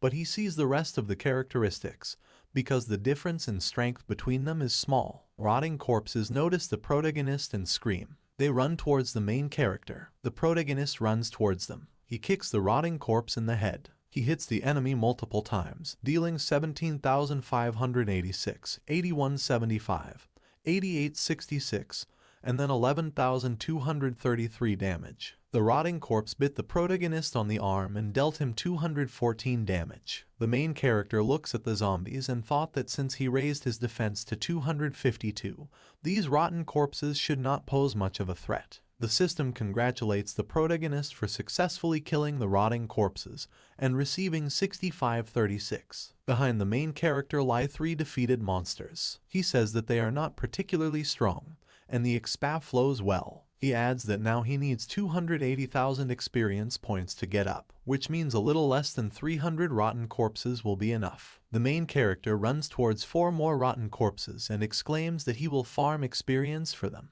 After half an hour, the main character is enveloped in golden energy and several defeated monsters lie next to him. The system informs the protagonist that he has reached level 23. The main character looks to the side and asks where this undead swordsman is. He hits a tree with his sword. He says that even though he left marks along the way, the location is so huge that it is still difficult to find this swordsman. The protagonist opens his eyes wide. He says that he understood everything wrong, because the mission said that the undead swordsman is intelligent. A purple system window with an iron frame appears, where information about the task is written. The main character sighs. He shouts to the undead swordsman that he has come to search for him from Danielle. Someone asks the protagonist if he came to find him. The main character turns around. A man with long purple hair and a sword with a purple blade is sitting on a stone. One of his eyes glows purple and the other is covered with bangs. He asks why Danielle needs this. The main character looks at the undead swordsman and thought that no one was there just now, and then wonders when he appeared. The main character, with concern on his face, thought that this man was strong and he needed to be more careful. He puts forward his hand with the letter and tells the swordsman that the teacher conveyed the explanation in the letter. The undead swordsman rises from the stone. He approaches the protagonist. He unfolds the letter, and the protagonist thought that the swordsman was fast. The undead swordsman says that he understands everything. He says that he thought where the main man got his evil aura from, but he turns out to be a dark swordsman. He adds that this world drowned in chaos, the faction of light created many heroes, and myriads of natures arose again, foreshadowing an evil fate. A drop of sweat runs down the protagonist's cheek. The swordsman tells the protagonist that Danielle wants him to teach him several undead fencing techniques. He adds that, however, he is bound by the rules of this place and if the main character wants to learn, he must first complete the tasks. The main character, with a look of surprise on his face, wonders if the undead swordsman is bound by the rules of this place. The protagonist thought that it seemed that the original inhabitants of this place fully understood the so-called process, which was completely unthinkable for an NPC. The planet breaks into 2 parts. The main character wonders if the Eternity developers are not at all afraid that NPCs might do something unplanned and destroy the whole world. A drop of sweat runs down the protagonist's cheek and he thinks that their understanding of the rules is really another special parameter. He asks the undead swordsman what he thinks about these rules. The long-haired guy closes his eyes and says that rules are rules and since they exist, they have no choice but to obey and even 10 great demon gods cannot break them.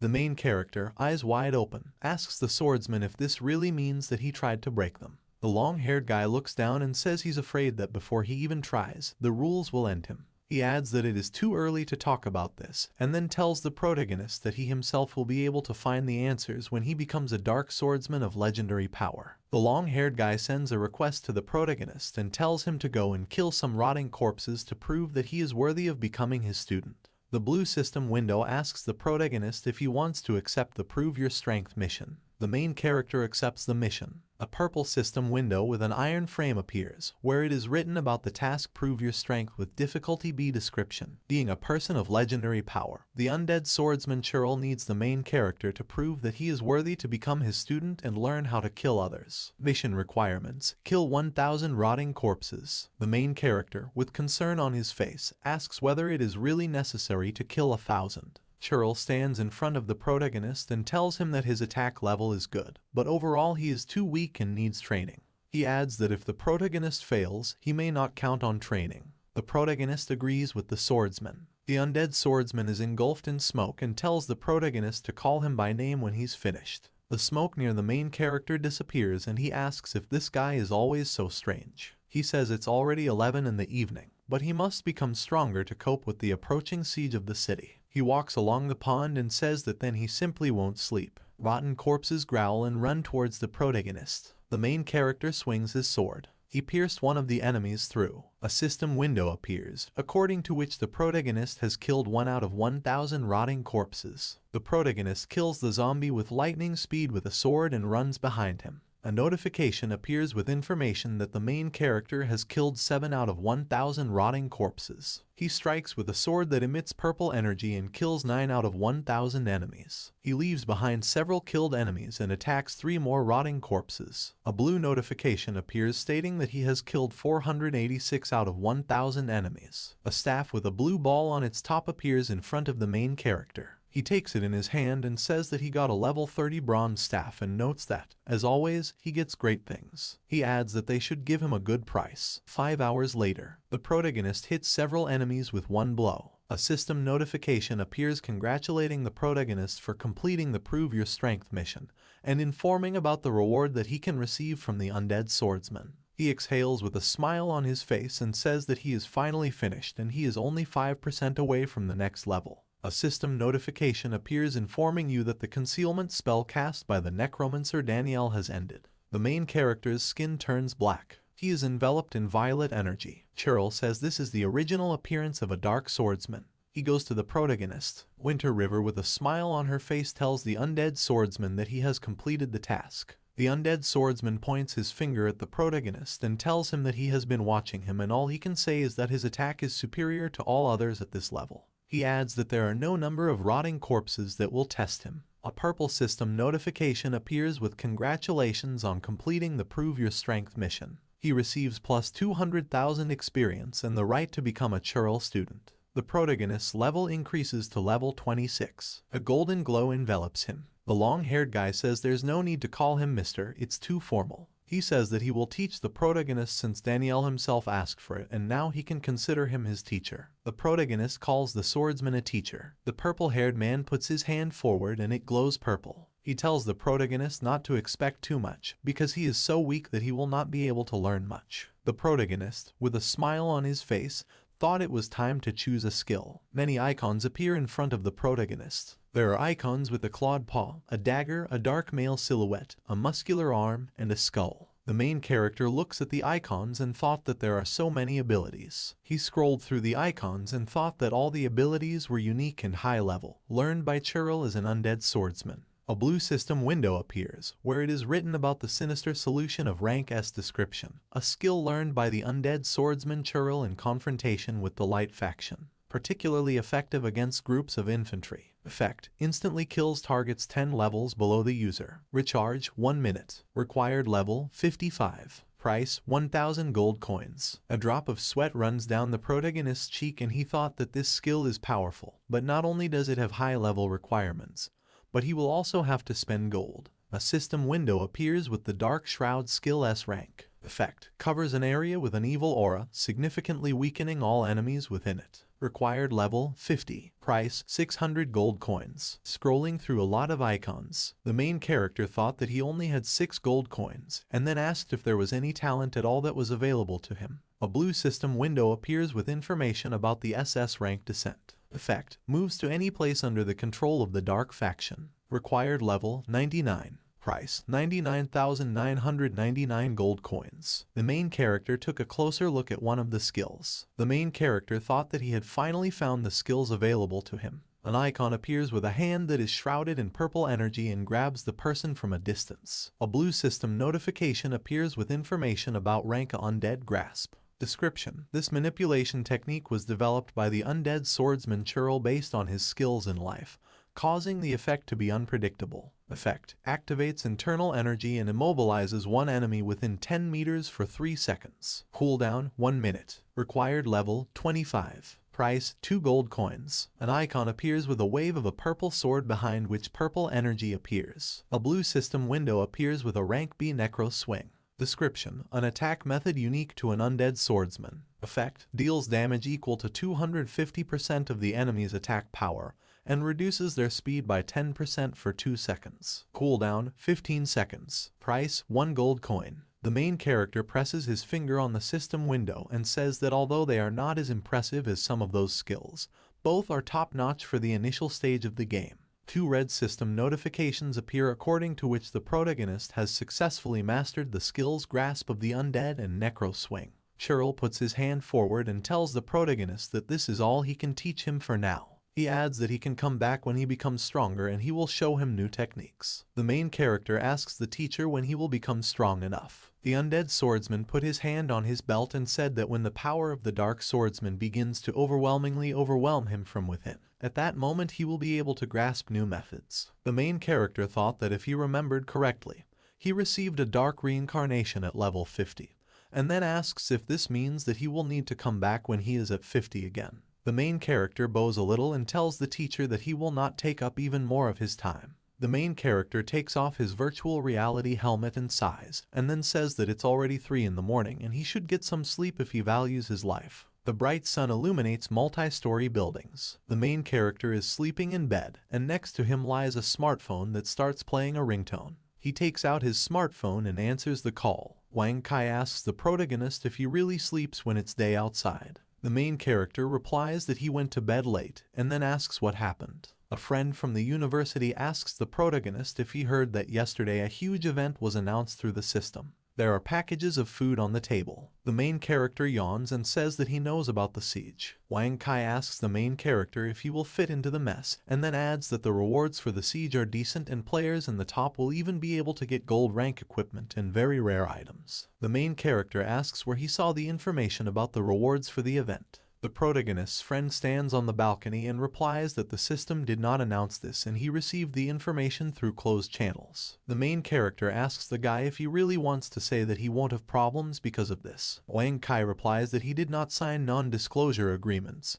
so he tells whoever he wants. He tells the protagonist to check it out himself, and then says that in general, just for participation in relaxed fights against small monsters, points will already be good. The main character turns on his left side and closes his eyes. He suddenly opens his eyes when he thought about the awards. With an inspired expression on his face, he shouts that he has a plan. Wang Kai asks the protagonist what kind of plan he has. The protagonist, with a smile on his face, says that as soon as everything works out, he will treat him. The main character's friend asks him to say what he is talking about. The main character folds his lips and says, "Smack." Wang Kai stands silently on the balcony. With a dissatisfied expression on his face, he reports that he is actually a guy. The main character appears near a pond. He starts running and says that we can't waste a minute. We need to hurry up to discuss strategies with the teacher. A crescent moon rises in the sky. The main character stands behind the Necromancer and tells him that he has a plan that can be effective against the Light Faction, and then adds that this is a plan to protect the main city. Danielle is holding a purple potion in her hand. He turns to the protagonist and says that he will listen. The main character props his chin and tells the teacher that as he knows, adventurers do not like to be commanded, and even though they arrived on the Tianheng continent as representatives of the Light Faction, there are many like him. He adds that whoever they represent, light or dark, does not limit their actions as adventurers. The Necromancer is about to say what the main character is proposing, but the guy interrupts him. The protagonist with a smile on his face says that where there is a significant reward, there will be daredevils. He adds that the Light faction has always underestimated the adventurers, even treating them with anger and contempt, so it is necessary to turn the situation around and lure the adventurers to the side of the Dark faction. He asks Daniel what he thinks about it. The protagonist thought that from the very first village he experienced hostility towards adventurers from the locals. Many players are irritated by this. He adds that he's willing to bet that not too few of them will want to play against the main plot. He imagines 3 disgruntled players. The Necromancer tells the protagonist that he is simplifying everything too much, because you cannot join the Dark faction simply because you want to. The main character raises his finger up and says that it doesn't matter that they won't be able to join and they just need to offer a more tempting reward. Daniel asks if this will work, and the main character answers yes. The main character says that he wants to say something else. The Necromancer asks with a surprised look what we are talking about. The main character puts his hand forward and says that the reward for first place should be especially generous, and the Necromancer asks which one, for example. The main character smiles and says that only first place will get a chance to join the Dark faction. Daniel reports that, as he said, joining the Dark faction is not as easy as he thinks. He adds that he initially had to invite him for his own safety and he shouldn't think that his strength is only at the Dark Gold level. The protagonist asks the Necromancer if he has reached the level of the spirit. Daniel coughs and says that not really, and he meant that in the past his power was not only at the level of Dark Gold. He tells the protagonist not to ask for details, but in short, adventurers cannot just decide to join the Dark faction. He adds that once they accepted the protection of the Goddess of Life, they became obliged to fight for the Light faction.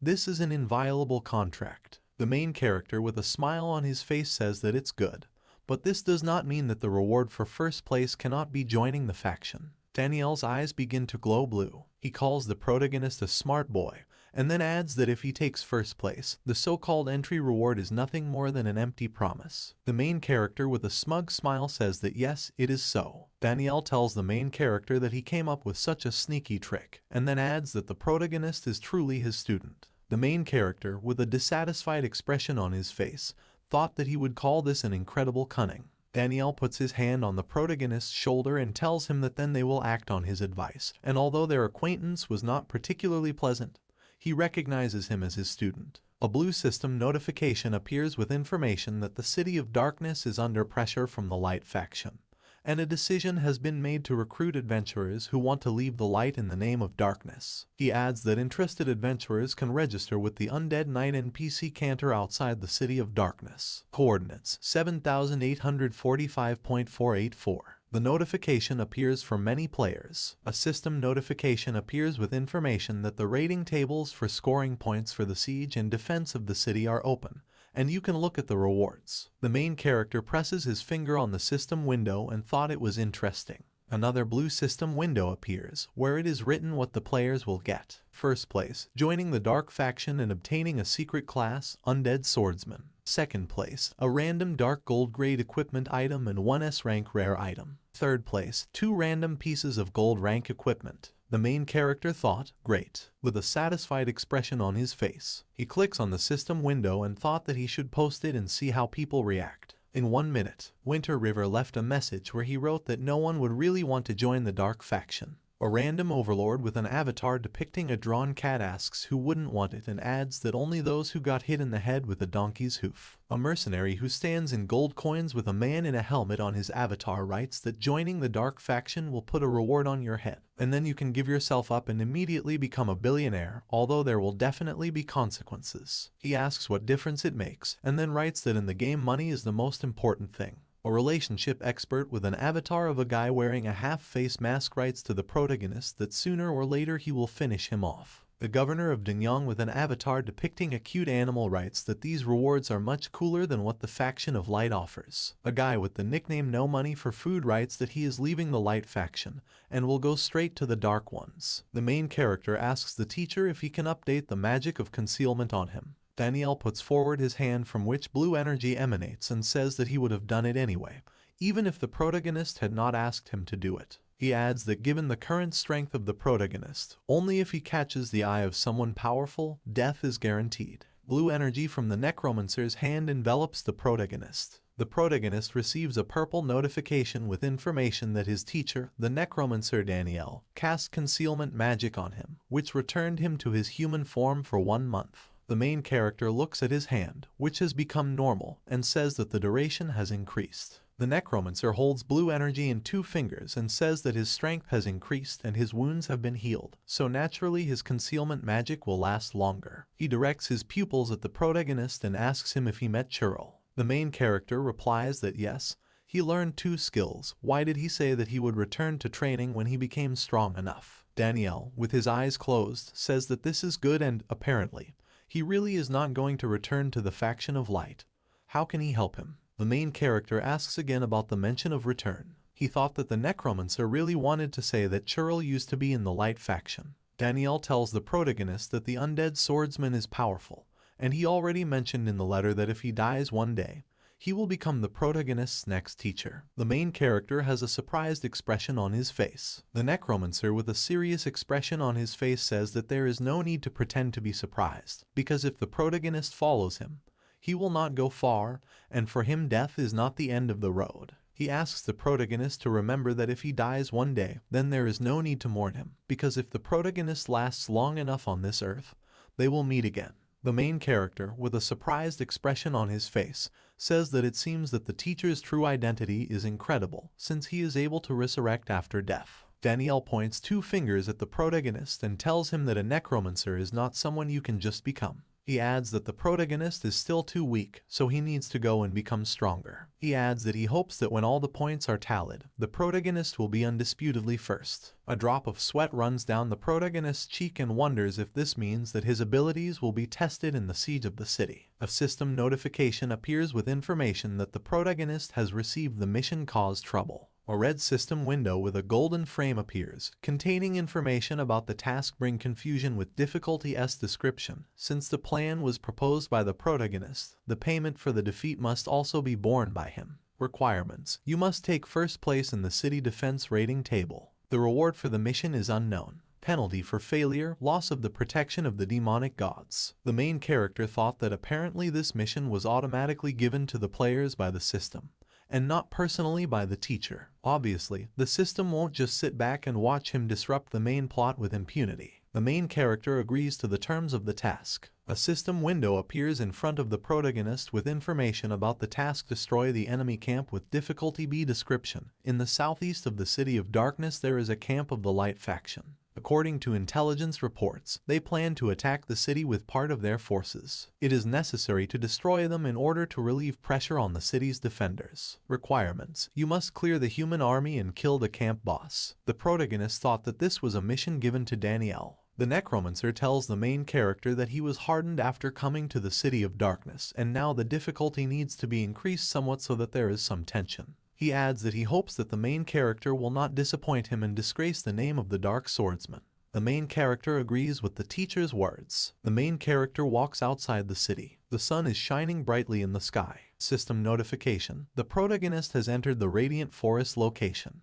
The main character walks along the path. He sees a camp with guards standing at the entrance. The main character looks at a guard in plate armor with a spear. A system window appears with information about the regular monster, the soldier of the stars and the moon. His HP is 100,000, attack is unknown, defense is 250-280. Skills: combo attack, critical strike, star formation. Description: elite warriors sent to the Radiant Forest by Star Nebula City. They are strong and well-trained, a unit of the army attacking the City of Darkness. A drop of sweat runs down the main character's cheek, and he thought that the fact that there are no higher-level reconnaissance methods is really a shame. He adds that novice scouting skills can only distinguish the attributes of creatures 5 levels above their own, and as the player progresses beyond the novice stage, this is increasingly lacking. The protagonist moves behind the guard and thought that he would start with those who were standing alone. The guard notices the protagonist. The main character uses the undead's grip on a soldier. System notification: the main character used the undead grasp skill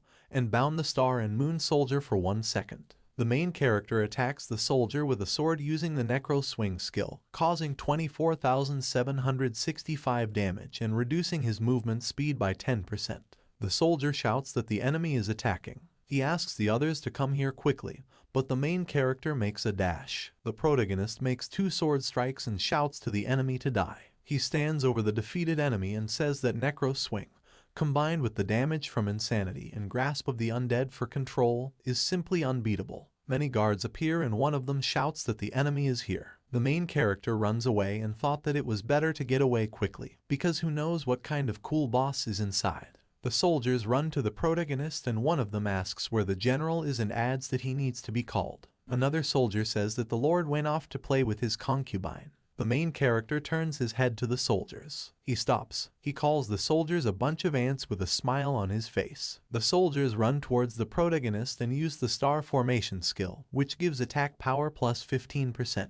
The main character makes a jump and asks who cares that their attack has increased, and then adds that it's just a pack of bugs. The main character hits the soldier and receives 11,236 experience for killing him. He slashes another soldier and gains 11,239 experience for killing him. In 10 minutes, near the protagonist lie many defeated soldiers. He picks up a few coins and says that he thought there would be at least several hundred soldiers here, but it turned out there were only 20 or 30 of them. Someone shouts loudly and asks who did this. The main character looks in the direction where the voice came from. In front of him stands a muscular man with a scar on his cheek and an axe behind his back. In front of the protagonist are a commander with 2 axes and a woman in red clothes. The captain makes an angry expression on his face. A golden system window appears with information about Star and Moon General Kinton, a silver rank boss of an unknown level. His HP is 250,000 and his attack, defense and skills are unknown.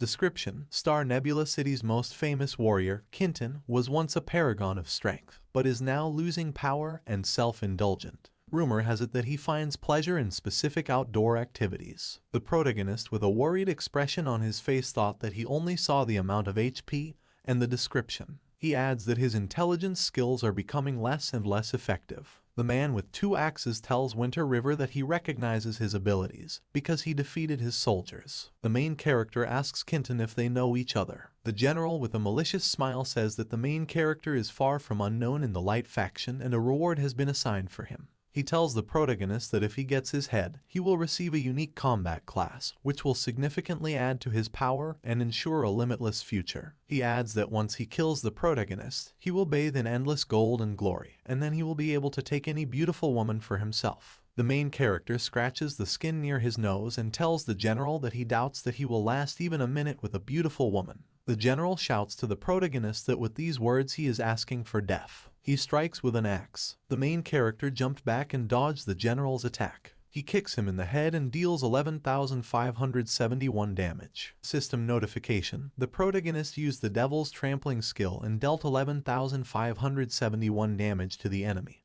But due to the large difference in level, the suppression effect did not work. A drop of sweat runs down the protagonist's cheek. Kinton hits the protagonist twice with axes and deals first 3580 units of damage, and then 4214. The main character with pain on his face thought that although his attack level is high, his defense and health are less than that of the enemy. The general approached the protagonist. The main character makes a cutting blow with a sword on a man. Kinton, with a smile on his face, shouts to the protagonist that it was an impressive move. The general swings his axe and shouts to the protagonist that they will fight for pleasure. He performs a slash on the protagonist. A girl in red clothes peeks out from behind a tree and addresses the general. The main character has less than half his health left, and a drop of sweat runs down his face. The main character thought that the time had come and drank another health potion. He recovers 3,000 health and extends his arm forward. A blue system notification appears with information that the main character has used the Grasp of the Undead skill,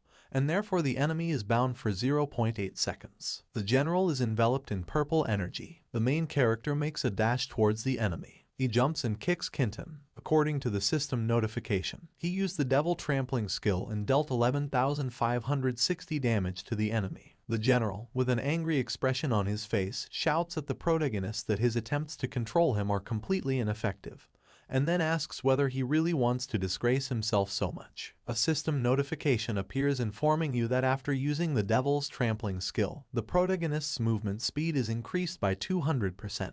The main character runs away from the general. Kenton Thought looks at the protagonist's back and says that he is fast. A girl in red clothes asks the general if he is okay. Kenton tells the girl that everything is fine, but it's a pity that he ran away. The main character appears behind the general. He holds the sword on his shoulder with a smile on his face and says that he will not run anymore, and adds that if the general wants a fight, then there will be a fight. The protagonist gritted his teeth and thought that the recovery effect from the potion, allowing him to avoid death in battle, was 0.5% of HP per second. He adds that this effect is not a joke at all. The general swings his axe and tells the protagonist that he really dared to return. 2 minutes later, General Kenton punches the main character and hits his chest plate. The protagonist envelops the general in purple energy using Grasp of the Undead. He kicks the enemy in the head. The protagonist hides behind a tree and restores his health. Kenton looks around and says that this treacherous guy has absolutely no fighting manners. The girl in red clothes tells the general that maybe they should go. The general tells the girl that it's worth it, because this is not a place where you should waste a lot of time.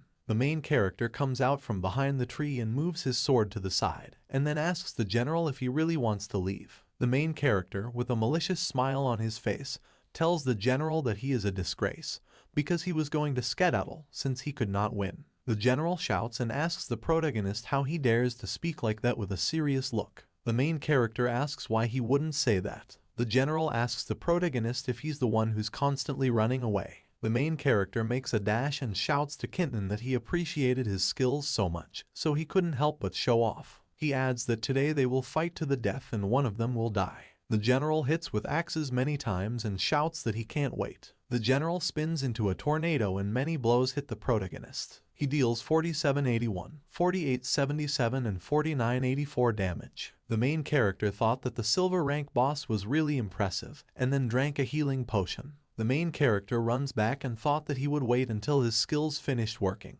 and then he would counterattack. The general is breathing heavily, and drops of sweat are running down his face. The main character jumped on the general and is preparing to strike with his sword from top to bottom. The main character hit the general and dealt him 11,350 damage. The general, with a small amount of health, holds onto his hand and asks the main character why his stamina does not end. The main character, with an arrogant expression on his face, asks if he even has something like endurance. He attacks the general and smashes him with his axe. System notification. The system congratulates the protagonist for defeating the level 35 silver rank light faction boss, General of the Stars and Moon Kenton. The protagonist receives experience plus 600,000 and reputation plus 15,000.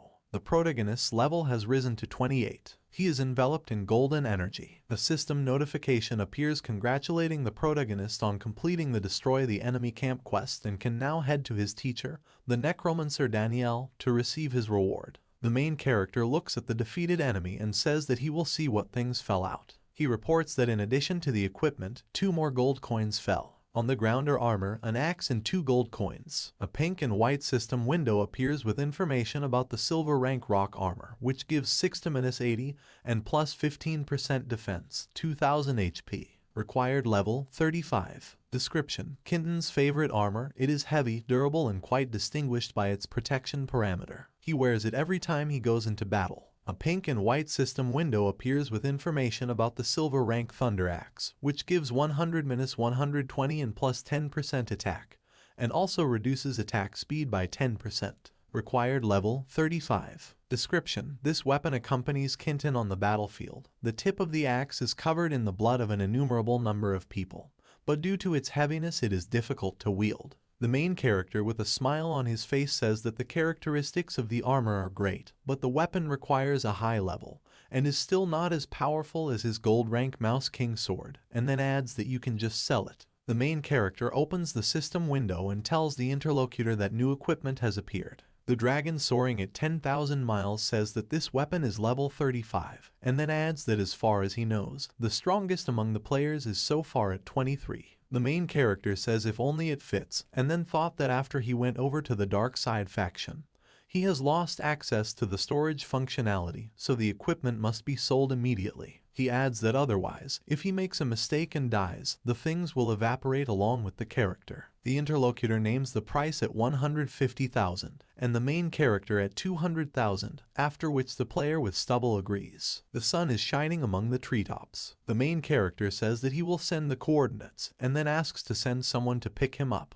A blue window of the system appears, where it is written that the dragon soaring at 10,000 miles transferred 200,000 to his account. The main character says how honest he is. He didn't even check the things, but already transferred the money. He pays attention to the girl in red clothes. She has a worried expression on her face. The main character smiles and says that he was curious about everything. Everyone says that the NPCs in Eternity are incredibly realistic. The girl in extremely dress trembles and tells the main character not to come near, and then asks him what he wants. The main character approaches her with an angry expression on his face. A red system notification appears with information that the protagonist's actions will be considered brutal behavior on the Tianheng continent, and if he engages in violent actions, a record will be left in the system and all factions will begin to hunt him. The protagonist has a surprised expression on his face. With a dissatisfied expression on his face, he thought that it was expected. The developers do not allow players to do something disgusting in the game,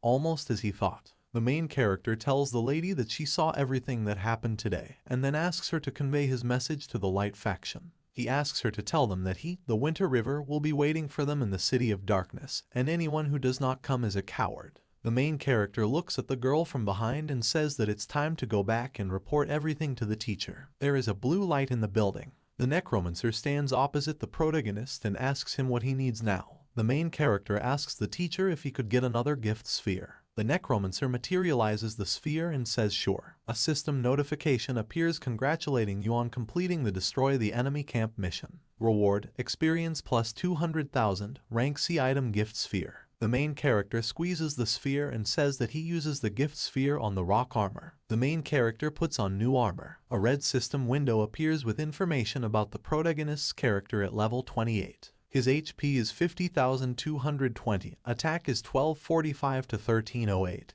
defense is 331-374, reputation is 19,500, and luck is 1. According to the new system notification, the protagonist's strength meets the requirements and the power rating in the Dark faction is now open. The main character wondered if this was a rating of power in the faction. A system window appears with a frame where the rating of the power of the Dark faction is written in places from 1 to 10. In the first place is the Beast of Space and Time, Potter. In the second, the Catastrophe Star, Alec. In the third, the Ocean Devourer, Barlow. In the fourth, the Fallen Angel, Sarah. On the fifth, Lotus of the Fire Dance, Nico. On the sixth, Beast of War, Harry. On the seventh, Wind of Destruction, Ralph. On the eighth, Ruler of Souls, Gal. On the ninth, Evil Dragon, Atticus. On the 10th, Vicious Curse, Lore. The main character asks the system to find the rank of Winter River. The protagonist has rank 99,999,955. Drops of sweat run down the protagonist's face and he says that it's very good. This suggests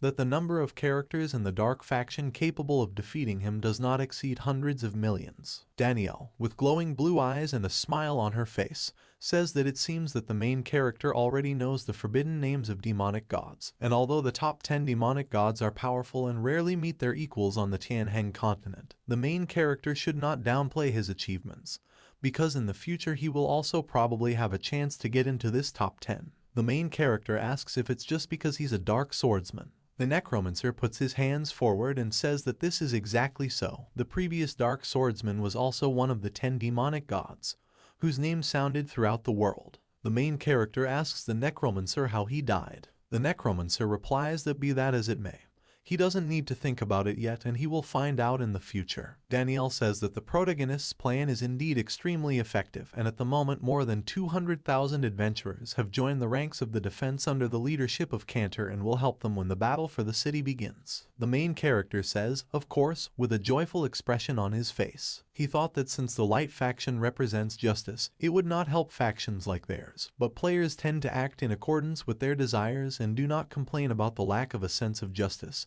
so they can neglect it. He adds that moral standards do not restrain them at all. The Necromancer with a smile on his face tells the main character that at this rate, if they don't show up, They really have a chance to save the City of Darkness. The main character, with a surprised expression on his face, asks the teacher what he means by saying they. The Necromancer tells the protagonist that he understood the essence, and then asks him why he is making a fool of himself. The main character, with a surprised expression on his face, thought that it looked like the main problem was still in the plot lines. The Necromancer leaves and tells the protagonist that he shouldn't think too much about it, because his current strength is not enough for this, and only by becoming more powerful will he be able to solve the problem. He adds that the basis of the army of the City of Darkness is still made up of skeleton warriors, and the main character is stronger than them and is able to teach them some combat techniques. The system asks the protagonist if he accepts the task Skeleton Warrior Training with difficulty C description. The skeleton warriors themselves have some power, but this is still not enough in the face of the elite of the Light faction. We need to train them to become stronger. Requirements: you need to teach the skeleton warriors new skills. Required quantity: 0 out of 5,000. The protagonist accepts the task. Against the background of a high-rise building, clouds fly across the sky. The main character looks at the phone with the desire to order food, but notices something. He called his friend and offers him some spicy soup, and then says that he is treating him. Wang Kai asks the protagonist what happened this morning. The main character asks his friend what he is talking about, and then says that everything in his game is a mess right now, so maybe he can help. The friend tells the main character that it was he who had some problems. The main character replies that he has decided everything. Wang Kai touches the bowl of food and asks the main character what level he is now. The protagonist replies that it's about 20-something. The protagonist's friend, with a shocked expression on his face, screams and asks the protagonist if he is serious and if he is at the top of the leaderboard.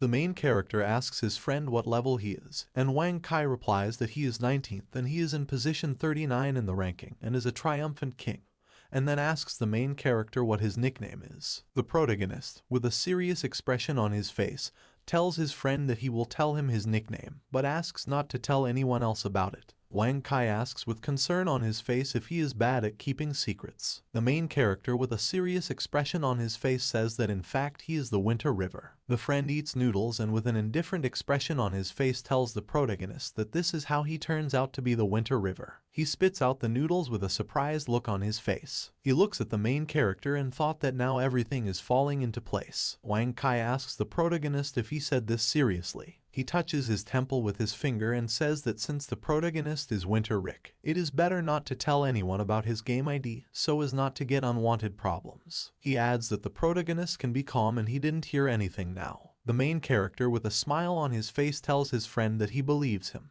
The windows in the building glow blue. A system notification appears in front of the protagonist with information that the adventurers' support for the City of Darkness has provoked high-ranking members of the Light faction, and it was decided to launch the offensive 4 days earlier. The main character, with a frightened expression on his face, thought that 4 days earlier is tomorrow. A drop of sweat runs down his face and he asks if it is possible to reschedule a game event with a set date. And is it true that, as stated in the server launch announcement, each NPC has their own feelings and their own storyline, thanks to which they can trigger changes to a seemingly static history. He adds that he really thinks about it too much and it's just that the developers don't want players to side with the Dark faction, which is why they deliberately moved the event. Skeletons with spears hold spears in their hands. The protagonist approaches them and they call him Sir. The protagonist tells the skeletons that the ruler ordered him to train them in the hope that they will learn new abilities. He adds that they need to call here all the skeleton warriors that are nearby. Many skeletons gathered around the protagonist. He looks at them and thinks how he can teach them. A system notification appears informing you that the main character can show his active skills to the skeleton warriors for training. Note: skeleton warriors have limited potential and are not able to reproduce skills perfectly. The protagonist can train more than one per week. The main character rests his chin and thinks about the method of observation. The protagonist's eyes glow purple and he thought he understood. The main character brings his fist to his mouth and coughs, and then asks the skeletons to look carefully here, because today he will demonstrate to them an extremely effective technique. The protagonist jumps high. He kicks the ground and purple energy comes out of it. He moved his hand to the side and said that the main thing in this technique is to step on the enemy, and when meeting opponents, in particular with representatives of the Light faction, they will have to trample their faces with special force and crush them. The main character smiles and thought that for some reason it seems like in tomorrow's skirmish a pack of skeleton warriors will use a technique like devil's trampling against the adventurers. The skeleton asks the protagonist if he could show it again because he just missed everything. The main character replies that of course and kicks the ground again. A system notification appears with information that, with the instructions of the protagonist, 13 skeleton warriors have mastered the D-rank skill trampling people. Skeletons are enveloped in a blue aura. Another system notification appears with the instructions of the main character. 3 skeleton warriors have mastered the C-rank skill crushing.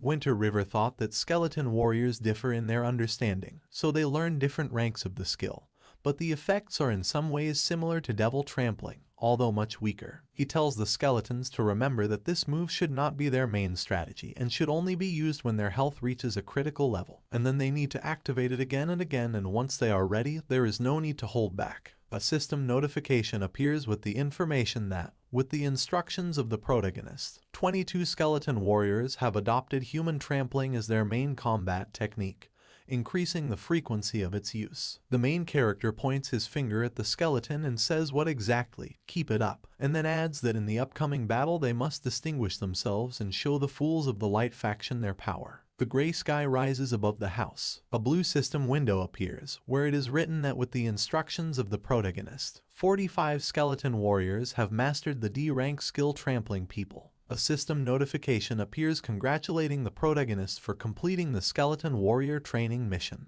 The main character runs through the city and exclaims that the mission is completed, and then says that he needs to find out what the teacher will give him. The main character tells the teacher, who is sitting in the gazebo, that he has completed the task. Danielle smiles and says that given that the light faction is attacking tomorrow, he assumed that the protagonist would handle it today. A purple system notification appears congratulating the main character for completing the mission skeleton warrior training. Reward, mysterious item moon shard. The main character thought what kind of moon fragment it was. A system window appears with information about a moon shard of unknown rank. Description: a mysterious fragment containing immeasurable power. Effect: grants the wearer one-time protection from lethal damage. Recharge: 1 month. A glowing moon fragment hovers above the hands of the protagonist, and he thought that this item, which protects the wearer from a fatal blow, turned out to be a reward for a standard C-rank task. The Necromancer tells the main character that his rank is unknown, which is why he is available on an easy mission.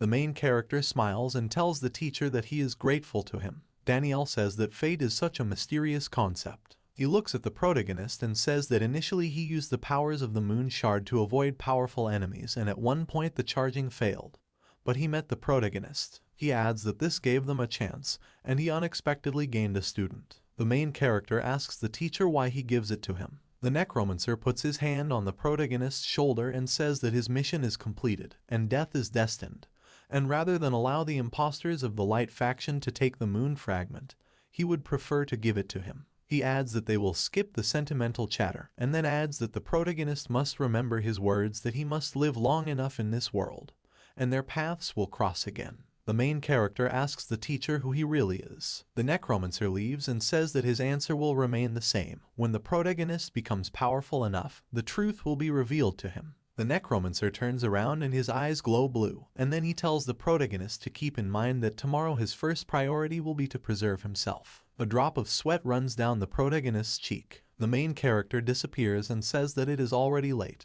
and in order to be ready for tomorrow's siege at 10 a.m., he should go to bed soon. 9 hours 30 minutes. The sun illuminates a multi-story residential building. The main character is holding a helmet in his hands. He puts the helmet on his head and says, "Let the battle begin." The main character appears among many soldiers. He looks around and says that there is a whole crowd here. A system notification appears with information that the main mission Defense the City of Darkness will begin at exactly 10 o'clock. Another notification appears, which says that the mission Cause Confusion is now active, and if the protagonist does not take first place in the rating table for the city's defense, he will lose the protection of the demonic gods. According to another notification from the system, the protagonist was appointed the boss of the third line of defense of the city from the light faction, and absence from the post will lead to the loss of 10 levels and a decrease in all characteristics by 100. The protagonist with a worried expression on his face thought that, apparently, because he proposed to summon players on defense were given such strong fines. A guy with brown hair points his finger at the protagonist and exclaims that Winter River has logged in. Many players look at the protagonist. One of them shouts that he finally looked at the big shot in person and he doesn't look so scary yet. Another player asks if the protagonist cares that 1 billion players from all over the server want to finish him off. One of the players asks the protagonist for an autograph. One of the players asks the protagonist what level he is now, and then adds that he himself is 18 and doesn't even see his character panel. The main character pushes the players away and apologetically asks them to let him through. He runs and thought that he was the boss of the third line. He must first check what was happening on the walls. The main character turns to his teacher. The protagonist receives a system notification stating that the event has officially begun. According to the second notice, the protagonist should not enter the battle ahead of time since he is a silver rank boss. The protagonist sees many soldiers running towards the city. One of the running players laughs. A notification appears that the level 20 bronze rank boss, Challenger Ziazuo, is leading the first wave of light faction players into the siege. A man in armor and with a mace in his hands shouts and asks what kind of city of darkness this is, and then says that now is the time to return the city of light. He commands the players to go on the attack and destroy the fools who betrayed the light faction along with these disgusting skeletons. A system window appears with information about the level 20 applicant Ziazuo. He has 80,000 HP, 200-350 attack, 120-150 defense, and also has the skills Mighty Strike and Fury. Danielle puts her hand forward and commands the fight to begin. The gates of the City of Darkness are opening. Two armies are running towards each other. Skeletons laugh and jump on enemies. Skeleton warriors use the trample people skill and hit players on the heads. One of the players asks what kind of skill this is. One of the skeletons pinned a player to the ground, and the other suddenly attacked another player from behind. The guy in plate armor says that there is a rule, don't hit him in the face. A girl with black hair and a sword in her hands exclaims that these skeletons are so strong and thank God she is on the defensive. A muscular man with a goatee says that this is hilarious, you need to write it down so you can watch it again 10 times. Danielle looks at the protagonist with a smile on his face and thought that this boy was truly his best student. After all, he came up with such an insidious trick. The main character smiles maliciously. The red-haired guy runs away from the skeletons and shouts that he is out of here, and behind him the skeleton kicks the player in the head. One of the players shouts that he and his friends farmed these skeleton warriors before and they were never such evil spirits. Ziazuo maces the skeleton and decapitates it.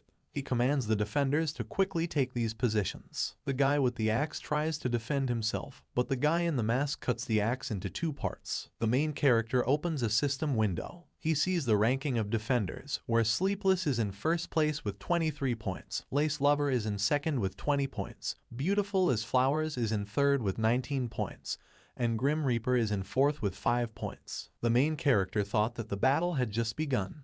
The Storm Legion had quite a lot of HP, so they wouldn't be farmed quickly. He adds that apparently adventurers attacking a city earn points for defeating the defenders. The main character, with a serious expression on his face, thought that he needed to do something just in case. The main character puts his hand towards the guy with the bow and asks if he has a spare weapon. The guy replies that there is one thing, but the protagonist is a warrior, and a bow will not help him. The main character with a smile on his face tells him not to worry and asks him to just give these old things and a quiver with 10 arrows, and he will give 10 silver coins for them. The guy hands the protagonist a bow. According to the system information window, this is a regular rank wooden bow with an attack of 6-8 and requires level 5. Description: a bow made by a carpenter and the fact that it shoots is already a miracle. The main character takes the wooden bow. A system notification appears, which says that due to the change of weapon, the attack power has dropped to 842. The protagonist pulls the bowstring. A system window appears with information about the protagonist. He has 50,220 HP, 842 attack, 331-374 defense, as well as 19,500 reputation and 1 luck. The protagonist hits a player wearing a plate breastplate and deals 7768 damage. According to the system notification, the protagonist received 1 point for defeating the adventurer. One of the players, with concern on his face, says that the deputy leader was killed, and he is a warrior with high level 20 defense. The archer from whom the protagonist took the bow looks at the protagonist and thought that it was just an ordinary old bow, and even he, a ranged combat specialist, could not inflict so much damage. The main character with a smile on his face says that this is not bad. He pulls the string and says keep it up. The arrow flies straight at the enemy. It hits a warrior with a spear and shield, dealing 9968 damage. The protagonist receives 1 point for defeating an adventurer. The archer exclaims that the main character killed a level 21 tank with 1 shot, and with perfect accuracy. He asks if you join the dark faction, you really become that strong. The main character smiles smugly and thought that it looks like he is talented not only with a sword, but also with a bow. The main character loads 3 arrows at once and says that maybe he should be called not the Winter River, but reincarnation of Liu Bu. The main character hits the skeleton with an arrow and for this he was deducted 1 point. He hits the player on the defensive side in the back and loses another point. He hits another skeleton in the head and again loses a point. Daniel, with confusion on his face, wondered if this guy was hitting his own people. The main character looks at what is happening with concern on his face. The Necromancer calls the main character the Flying General and adds that if he continues to shoot like this, then his entire army will beg for his mercy. The main character pulls the bowstring and thought it was better not to complicate things, so he will aim where there are many enemies. In 20 minutes, Liu Bu, with 1 health, holds onto his mace. He opens his mouth wide and talks about the City of Light. The challenger's body disappears and the players try to run towards it as quickly as possible. One of them shouts that they need to quickly grab his things. A blue system notification appears informing you that player Sleepless has successfully defeated challenger Ziazuo, and he receives 25 additional points. According to the ranking table, the first place is occupied by Sleepless with 129 points. The second is Beautiful as Flowers with 68 points. The third is The Dragon and Nature with 57 points. And the protagonist is fourth with 51 points. The main character says that he only has 51 points. The competition is still quite tough, especially for first place, because there the player has almost twice as many points as the second place. A system window appears with information that the Thunder Legion, led by the level 25 bronze rank boss Angus Thunderaxe, will send a second wave into the siege in 5 minutes. A man with a beard and a horned helmet holds an axe in one hand and a shield in the other.